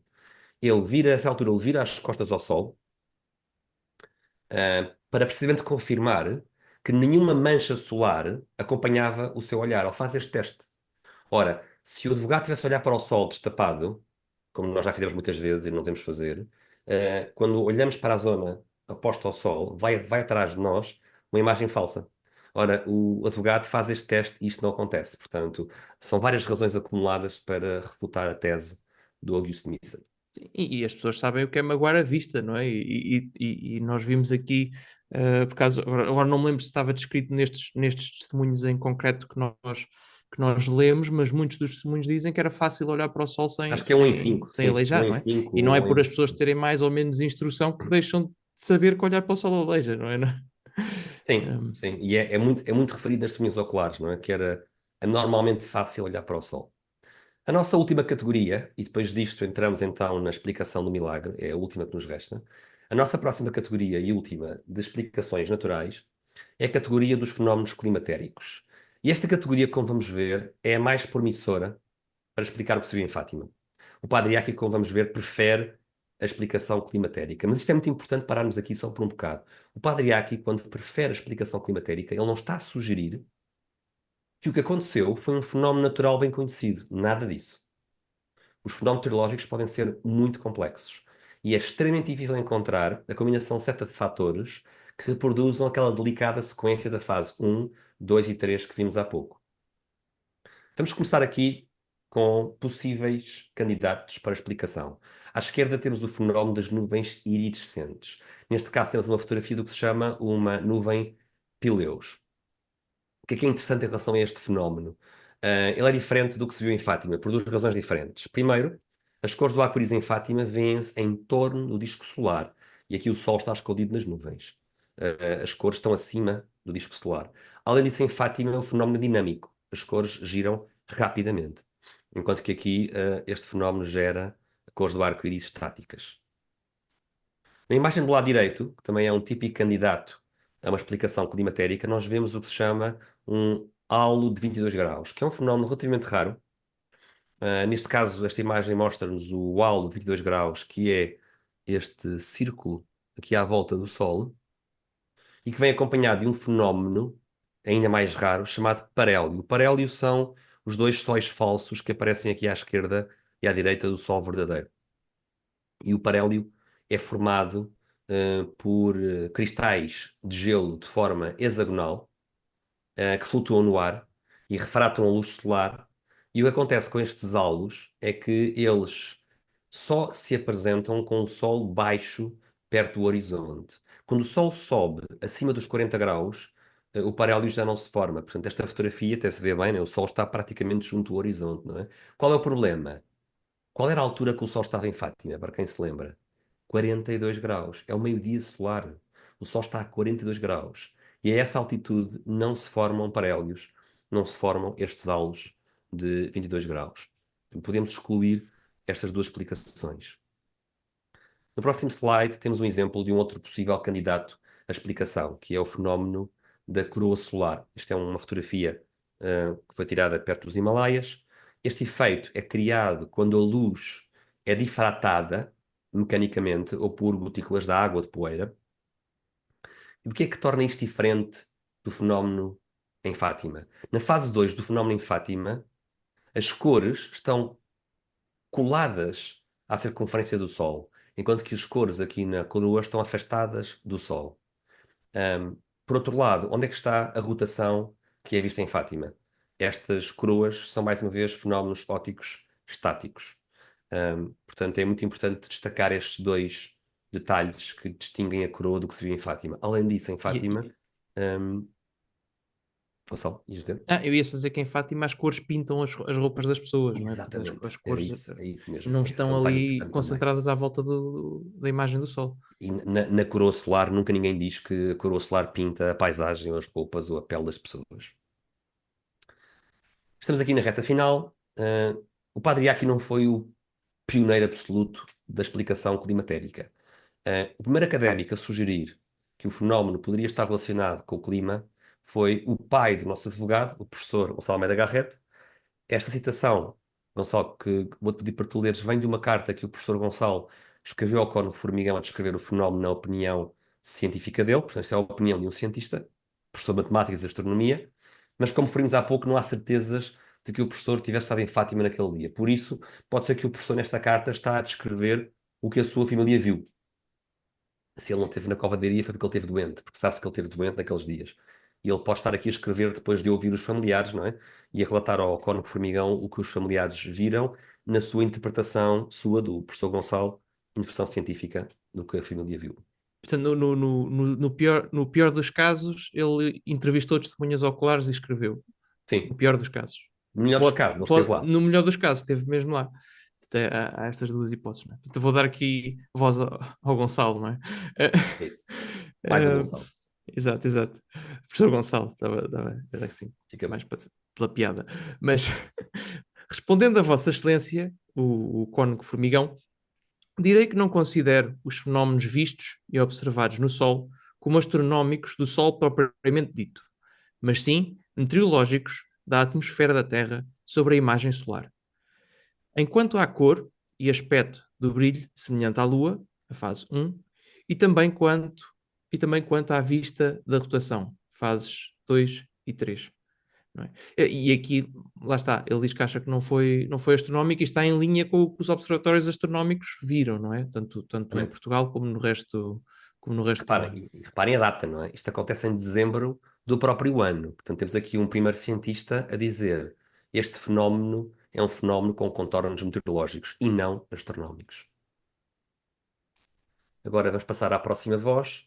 Passamos uns anos à frente, já estamos em 1960. Outro matemático, também de Coimbra, tal como o professor Gonçalo, neste caso o professor Diogo Pacheco de Amorim, escreve a primeira recolha sistemática de testemunhas oculares em Portugal.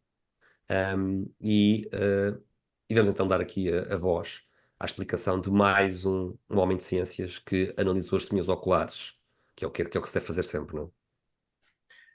É claro que nem foi o Sol em relação à Terra, nem a Terra em relação ao Sol, nem um e outro simultaneamente que se moveram, porque se tal se tivesse dado, ter-se-ia desconjuntado a máquina do mundo. Portanto, aqui ele está a referir-se às consequências que Ao teria sistema para o solar, sistema não é? solar se o Sol se Claro, tivesse movido, não é? claro. Os movimentos foram aparentes, mas para os tornar sensíveis, algo de real se devia ter passado. Quanto aos movimentos de translação no sentido da Terra, fase 3, podem-se explicar por variações apropriadas do diâmetro aparente. As lentes de ar, de que fala o grande astrónomo norte-americano Donald H. Menzel, professor de astrofísica da Universidade de Harvard, serviriam, em casos excepcionalíssimos de duração, para explicar essas variações de diâmetro aparente do Sol e, possivelmente, para explicar a variação das cores. Com lentes de ar apropriadas, poderia aparecer, em vez do Sol, a sua imagem real gerada por tais lentes, o que poderia explicar os movimentos de translação, tanto lentos como rápidos. Já agora, aqui em relação à questão das lentes de ar, não é? O ar às vezes faz mudar a direção da luz, não é? Nós conhecemos isto intuitivamente quando vemos, por exemplo, o ar por cima de uma coisa que está muito quente, por exemplo, um grelhador ou uma estrada num dia de muito calor, não é? Muito quente, não é? O ar, quando está próximo de uma coisa muito quente, não é? Uma propriedade do ar que se chama índice de refração muda com a temperatura e quando a luz atravessa uma coisa que tem índice de refração variáveis, muda de direção e cria assim um efeito de distorção. A lente de ar acaba por ser uma consequência de algo deste tipo, uma coisa deste estilo.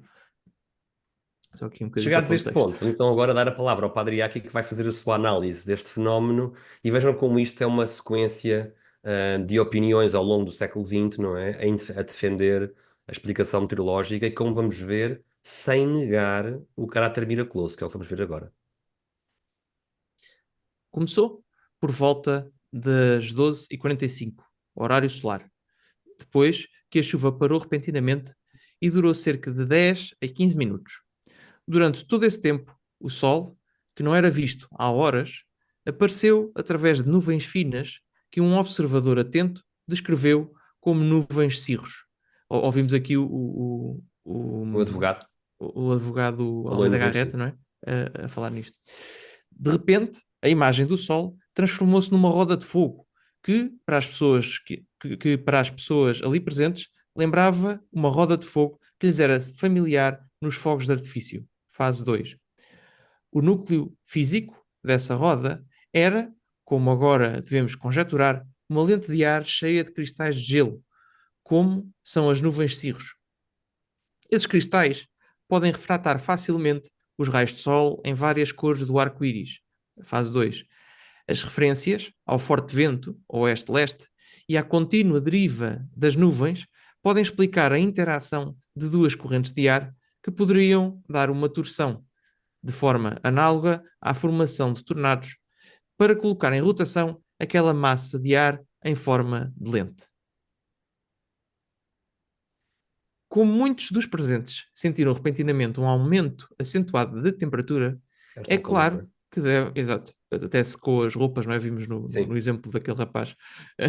É claro que deve ter ocorrido uma súbita inversão térmica. As massas de ar frio e quente poderiam impulsionar aquela lente de ar rotativa numa órbita elíptica, primeiro em direção à Terra e depois empurrando-o para cima como se fosse um bumerangue, de volta à sua posição original. Enquanto isso, cristais de gelo nela agiam como muitos meios de refração para os raios solares. Algumas testemunhas oculares afirmaram que a roda de fogo desceu e subiu 3 vezes. De acordo com outros, isso aconteceu 2 vezes. Apenas um observador, um advogado, o Barão, afirmou que o caminho de descida e subida era elíptico, com pequenos círculos sobrepostos.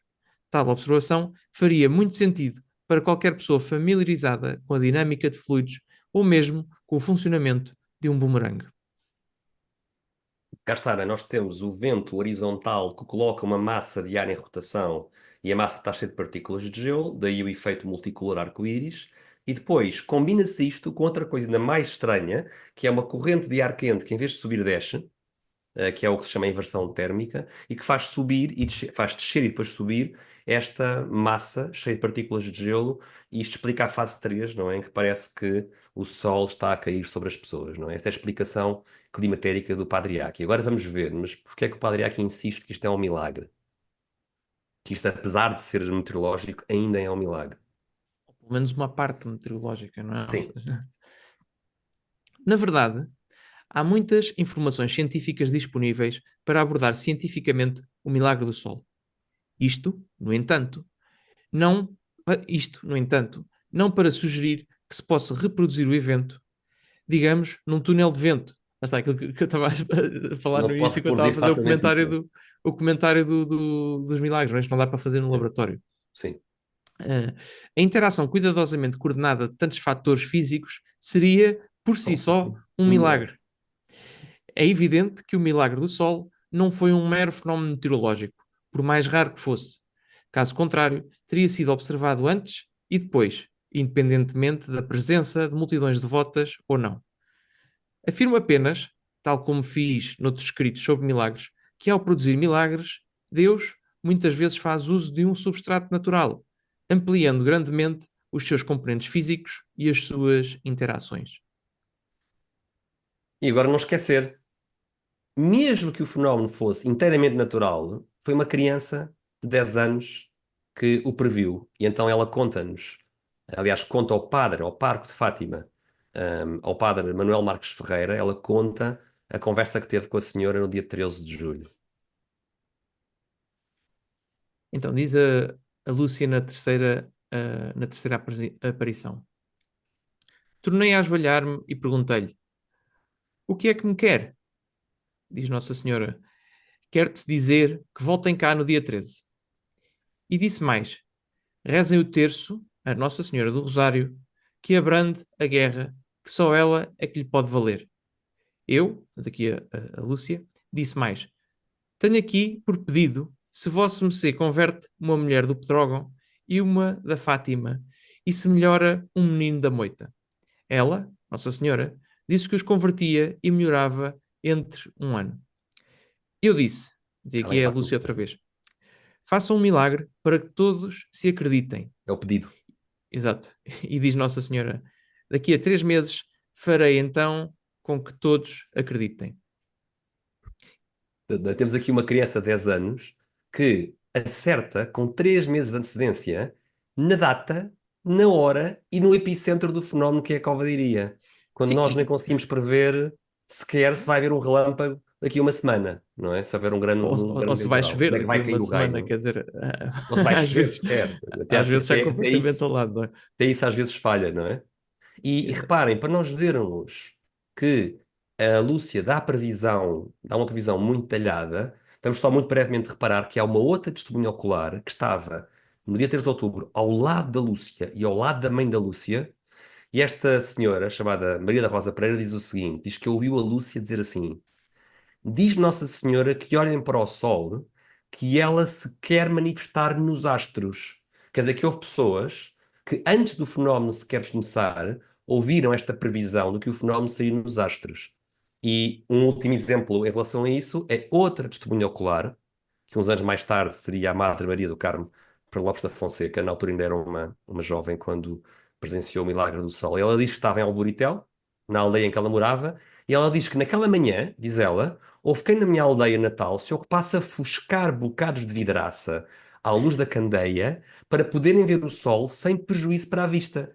Cá está o que estava a dizer há bocado, Gonçalo, que as pessoas não são parvas, e como já havia um rumor que o fenómeno era nos astros, as pessoas começaram a fuscar os bocados de vidro para poderem, não é, colocar aquilo entre o olho e o sol para não fazerem estragos ao sol, não é? Portanto, mais uma testemunha ocular de que havia detalhe nesta previsão, não é? Onde é que isto Não, saiu? e a previsão era de tal forma pública que, apesar das dificuldades para lá chegar, que como vimos, ir a Fátima não era o que é hoje, não é que a pessoa pega no carro Certo. em Lisboa e passado uma hora e meia está lá, não é? Não era deste estilo, era uma coisa que envolvia um investimento substancial de tempo e de esforço. Estavam lá, diz o, o Avelino de Almeida, cerca de 40 mil pessoas, não é? Dizem outras estimativas 70 mil, não é? Umas 50, outras 100. Portanto, há aqui várias estimativas, mas todas na ordem das várias dezenas de milhares, não é? Portanto, dezenas de milhares de pessoas estavam lá. Porquê? Porque havia uma previsão e as Havia uma pessoas coisa queriam ver o que ia espetacular. acontecer, não E é? aconteceu uma coisa espetacular com data, hora e local, não é? Portanto, E já isto agora o era, detalhe, aqui esta testemunha ocular estava em Alboritel, que é uma aldeia que dista 13 quilómetros de Fátima. Portanto, esta senhora é mais uma testemunha ocular fora da cova de Iria. E quem aguentou até agora, esperemos que estejam contentes por ter aguentado e ainda não arrependidos. Quem aguentou até agora, estamos mesmo no último tópico da sessão de hoje. O que é afinal um milagre, não é? E vamos aqui pegar numa definição óbvia, não é? De manual introdutório básico sobre este tema. São Tomás de Aquino, na sua Contra os Gentios, define milagres como aqueles eventos que acontecem graças ao poder divino, por um lado, e por outro lado, fora da ordem comumente observada das coisas. E como podemos ver, em filosofia, as boas ideias duram muito tempo. Saltarmos para um filósofo norte-americano contemporâneo, o filósofo Timothy McGrew, ele define milagres de uma maneira muitíssimo parecida com a definição de São Tomás de Aquino. O que é que ele diz? Ele diz que as leis da natureza mostram-nos como a natureza se comporta quando opera por si mesma, e um milagre, diz ele, é um evento que não teria ocorrido se a natureza operasse por ela mesma. Reparem como esta definição não implica nenhuma violação de leis. Milagre é o milagre não teria acontecido se a natureza operasse por ela mesma. Portanto, se o milagre aconteceu, quer dizer que naquele momento, naquele local, a natureza não operou por ela mesma. Algo de novo foi introduzido. Não é uma violação, é uma exceção às leis. sim, no fundo, Ele quando diz nós ainda fazemos a, que a descrição matemática das leis da física ou de outras leis da natureza, não é? Essa descrição tem um domínio de validade. E o domínio de validade, além da quantidade de condições que nós pomos além dessa, não é? Tem uma condição fundamental que é de que estão apenas causas naturais a atuar, não é? Se Deus intervém ou existe, no fundo, uma causa sobrenatural, não é? Temos uma causa que não é estritamente natural a atuar e, portanto, a lei está fora do seu domínio de validade, não é? Portanto, sim, é simplesmente isto. E se recordarem da declaração, juntando aquilo que o Gonçalo acabou de dizer, é o mesmo Deus que cria o universo e que o mantém em existência.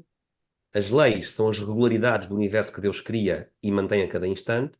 E é o mesmo Deus que cria um universo estável e com leis que decide suspender, se quiser, naquele local e naquele dia, naquela hora, essas regularidades que ele mesmo mantém. A causa é a mesma. A causa dos milagres e a causa das leis é a mesma. É a vontade de Deus, não é?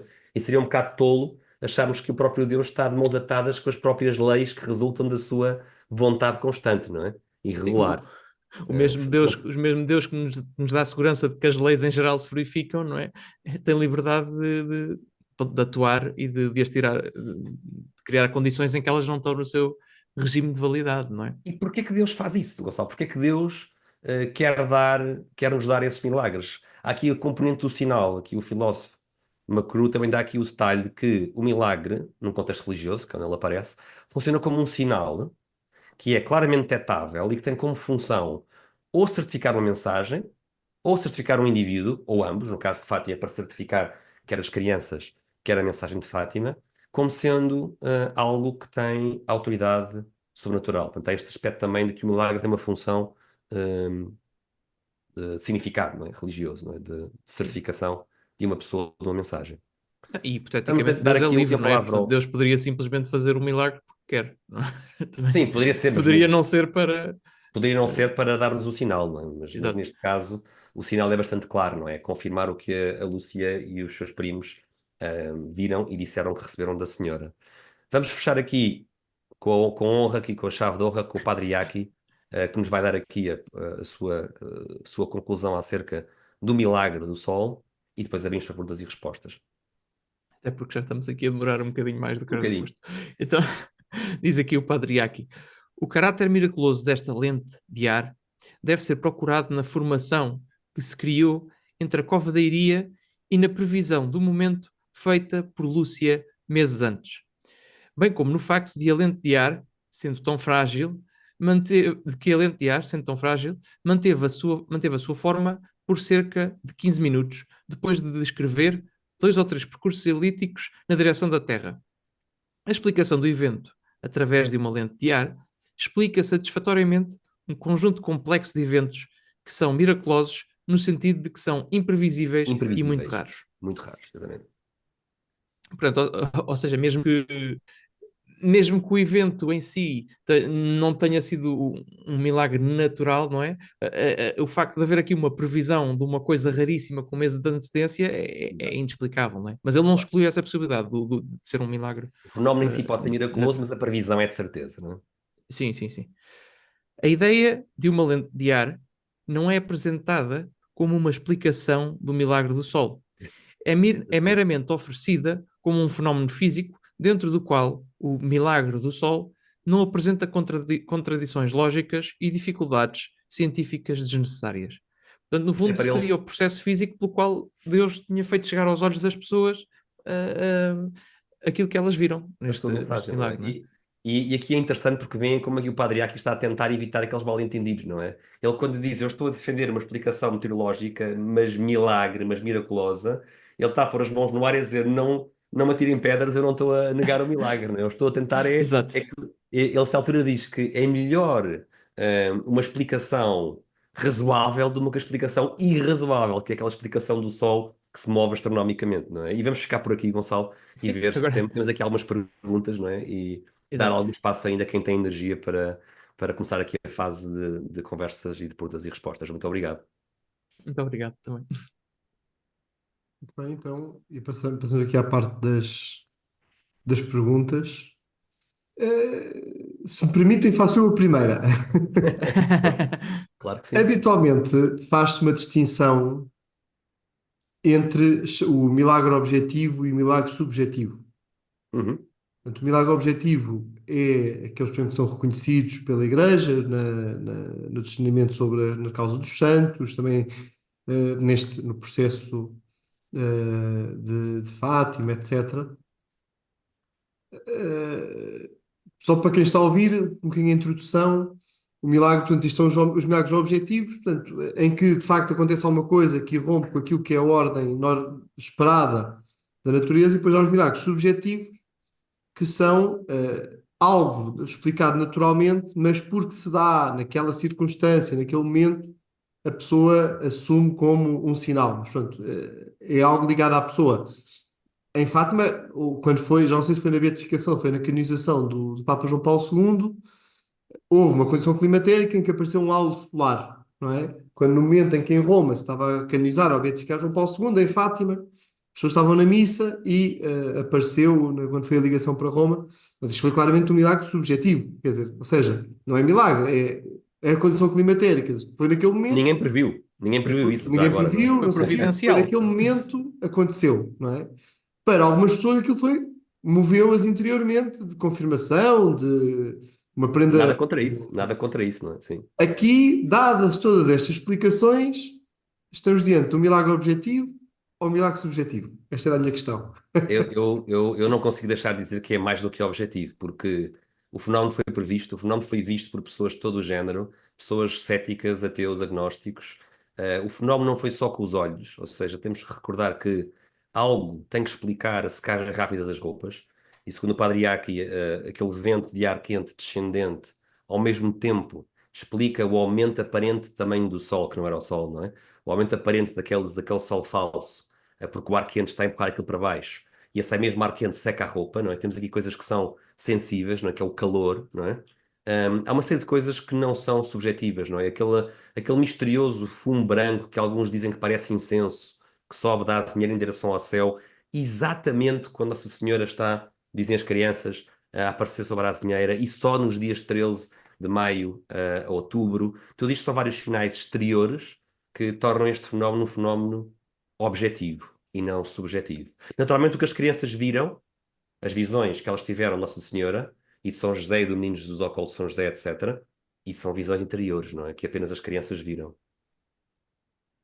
Yeah. Ou seja, há de ter uma componente subjetiva e há de ter uma componente É. objetiva que toda a gente viu, Sim, parece. sim. Aliás, até é bem sabido que a própria, não sei se foi o Sr. Pata que estava a comentar isso outro dia, isso, que a própria Lúcia, como estava mergulhada no êxtase da Pois. visão interior mística, a própria Lúcia não nos dá detalhes do fenómeno externo do milagre, não é? Do Exatamente, sol. exatamente.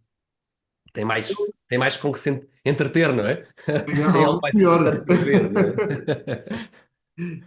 Uma pergunta. Houve aqui alguns comentários, não, já estamos bastante atrasados, só que a mesma pergunta, que é se nós estamos dentro do espaço e do tempo e a nossa natureza é regida por leis da natureza, qualquer milagre ou manifestação de Deus não terá de ser sempre dentro deste espaço e tempo e respeitando as leis da natureza? Ou seja, mesmo que o milagre tenha uma explicação científica, não perde o valor do milagre, pois a única forma de nós termos acesso a esse milagre é dentro do espaço e do tempo, sob leis naturais que nós existimos.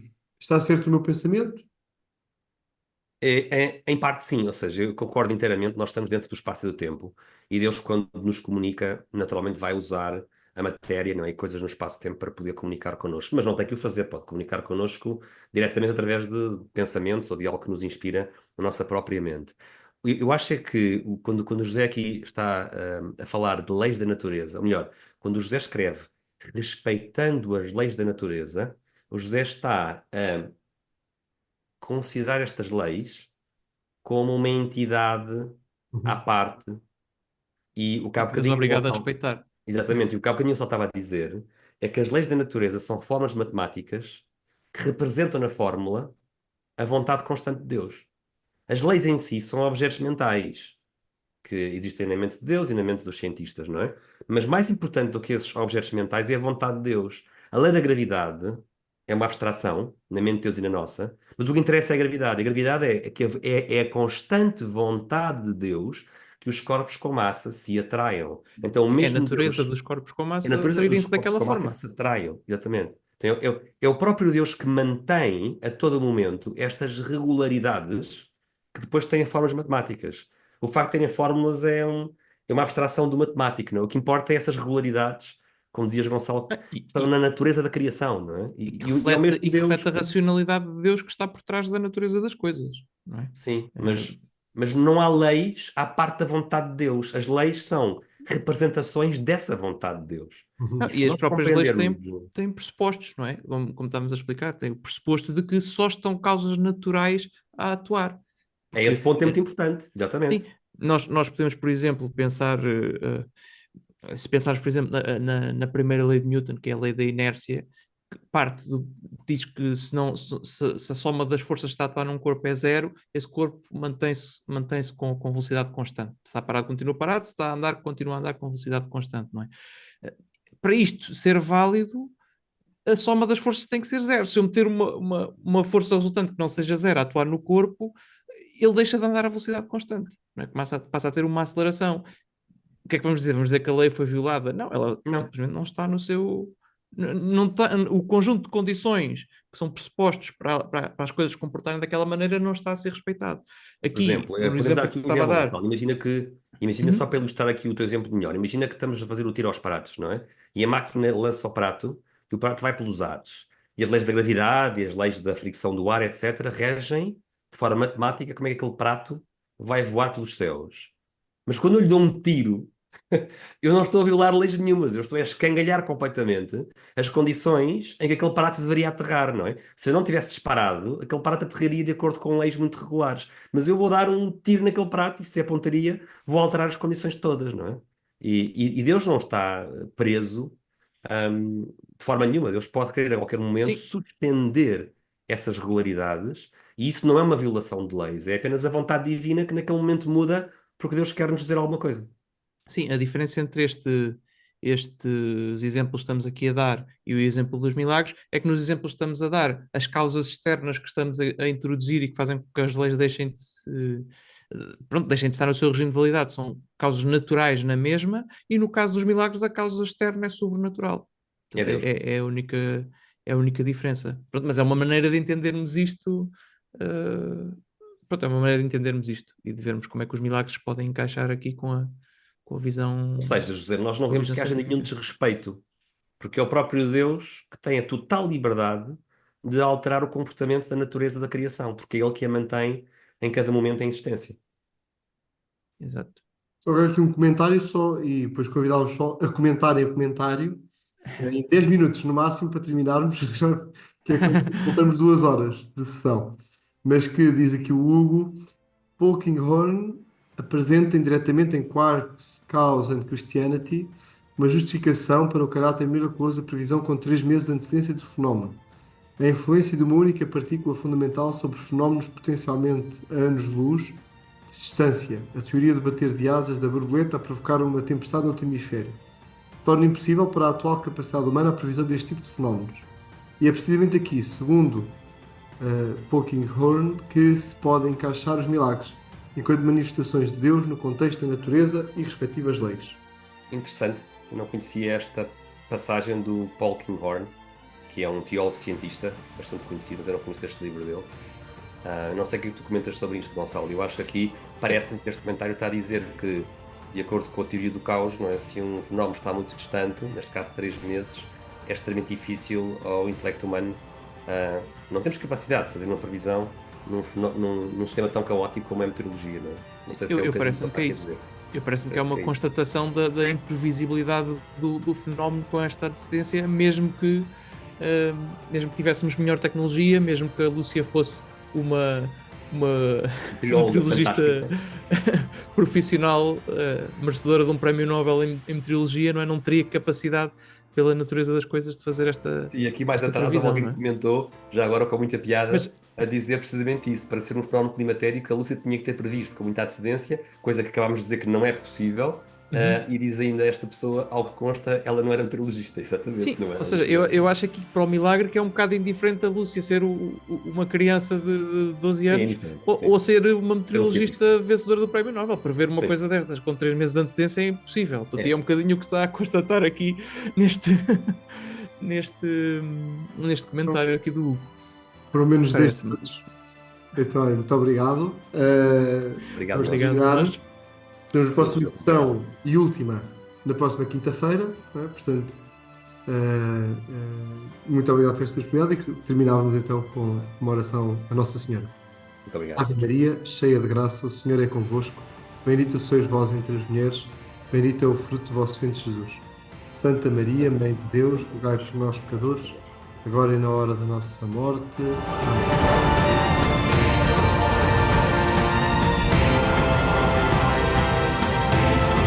E foi mais um episódio do Café Ciência e Fé, esperemos que tenham gostado. E lembro que se a relação da fé com a ciência é um tema que vos interessa, então não se esqueçam de subscrever, por gosto e partilhar, porque tudo isto são formas de nos ajudarem a continuar e a divulgar este programa. O Café Ciência e Fé volta em breve com novos temas, sempre a mostrar a harmonia entre a fé e a razão. Até lá, fiquem bem.